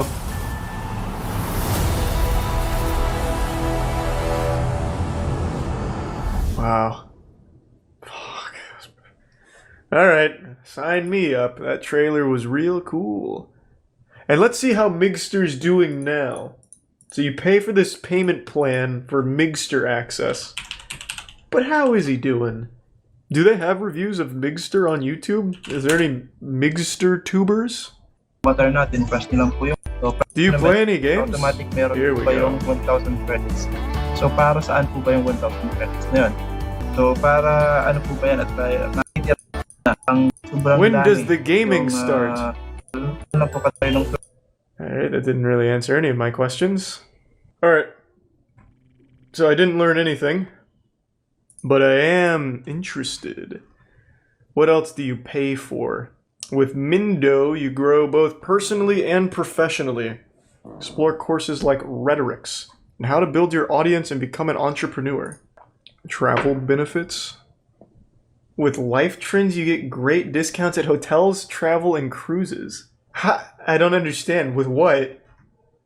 Hey, excuse me, I'd like to stay at this hotel. I have 15 Life Trends coins from Crowd 1. What do you mean, get out? Man, this is crazy. So this is it? This is all of Crowd 1? You just pay for subscriptions to these awful services? What is so me? I'm so confused. Like, I don't even get the differences in the packages, man. Like, this is blowing my fucking mind that anyone puts money into this. So at $300, you get access to all of their garbage. And for $800, you get access to all of their garbage at the exact same lengths with a little extra Life Trend money coins. But then you get something called lifetime membership to Link Me, which doesn't seem to be like a service anywhere on here. Oh, here it is. Never lose a link again. So you get access to a notepad to save your links. And then for $3,000 you get So Me as well. I don't understand. The world is a social one, but it's hard to keep track of all of the different platforms. So what? You get a platform that tells you Twitter, Reddit, Facebook, and then you just click on those. So you get the access to bookmarks. I don't like, what does this mean? This is baffling, man. People are so dumb. Like, god damn. But Emerge Gaming has, quote, no idea what the motivations of its 150,000 subscriber user base really are, which is a direct result of their partnership with Crowd1 because its platform is used as an affiliate marketing scam to lure in vulnerable people and is quite literally damaging to their image as a publicly traded company. True, I definitely thought less of them. 150,000 subscribers to it! Scam. Emerge Gaming is also accused of not conducting their due diligence when they accepted over $8 million from Crowd1. And the list will go on and on. Well, that's a good chunk of change. If you're gonna fuck your product, you might as well do it for $8 million. I'm going to create a service.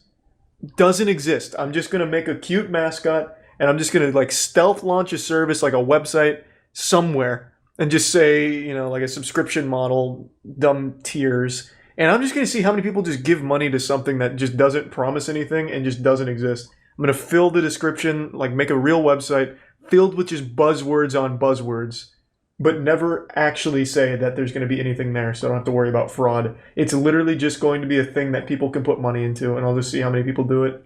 Like, I cannot believe.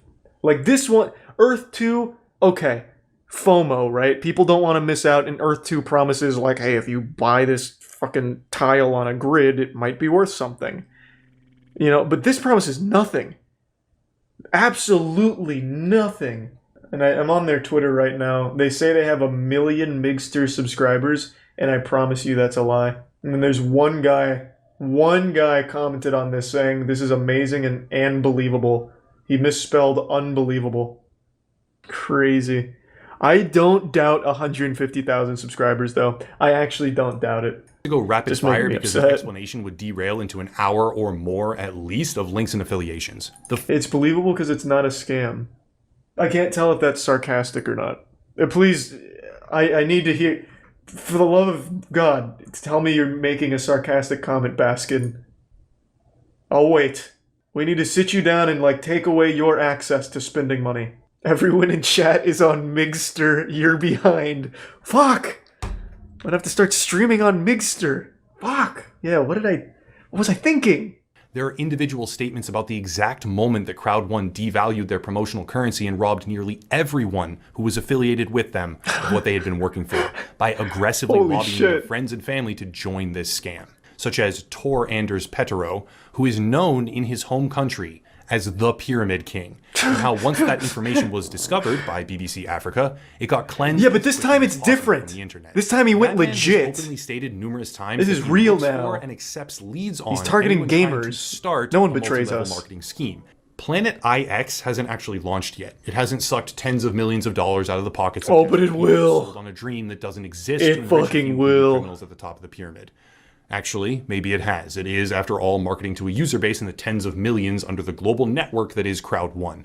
But it's still in a phase where some people might be susceptible, and it's beginning to ramp. Oh no, Selfa. It's a wonderful thing being a member. No, oh, come on now.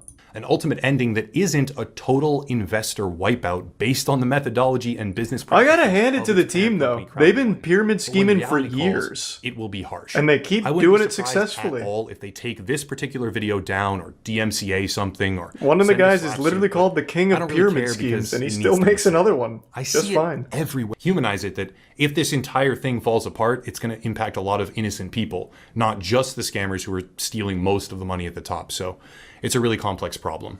That was good. I actually cannot believe this shit. Like, oh my god. I just don't understand. I don't get the perspective. Like, how does someone go to that website that I just showed you and read anything on there and be like, yep, probably safe? And if you do even a second of research and find out that the entire team behind it is known pyramid scam artists, like, I just don't know. Like, I just can't wrap my head around that thought process. Like we learned a couple weeks ago, most of the people who get scammed are like well-off, wealthier people. And I don't know how the fuck that happens. Maybe they don't read it. Then why put any money into it? Because like, unlike a crypto where you could just like fucking go wild and put something into dog shit and get rug pulled or whatever, this is you're putting money into something that claims it's a streaming service or like an education platform. So wouldn't you at least want to see that? It's fucking crazy.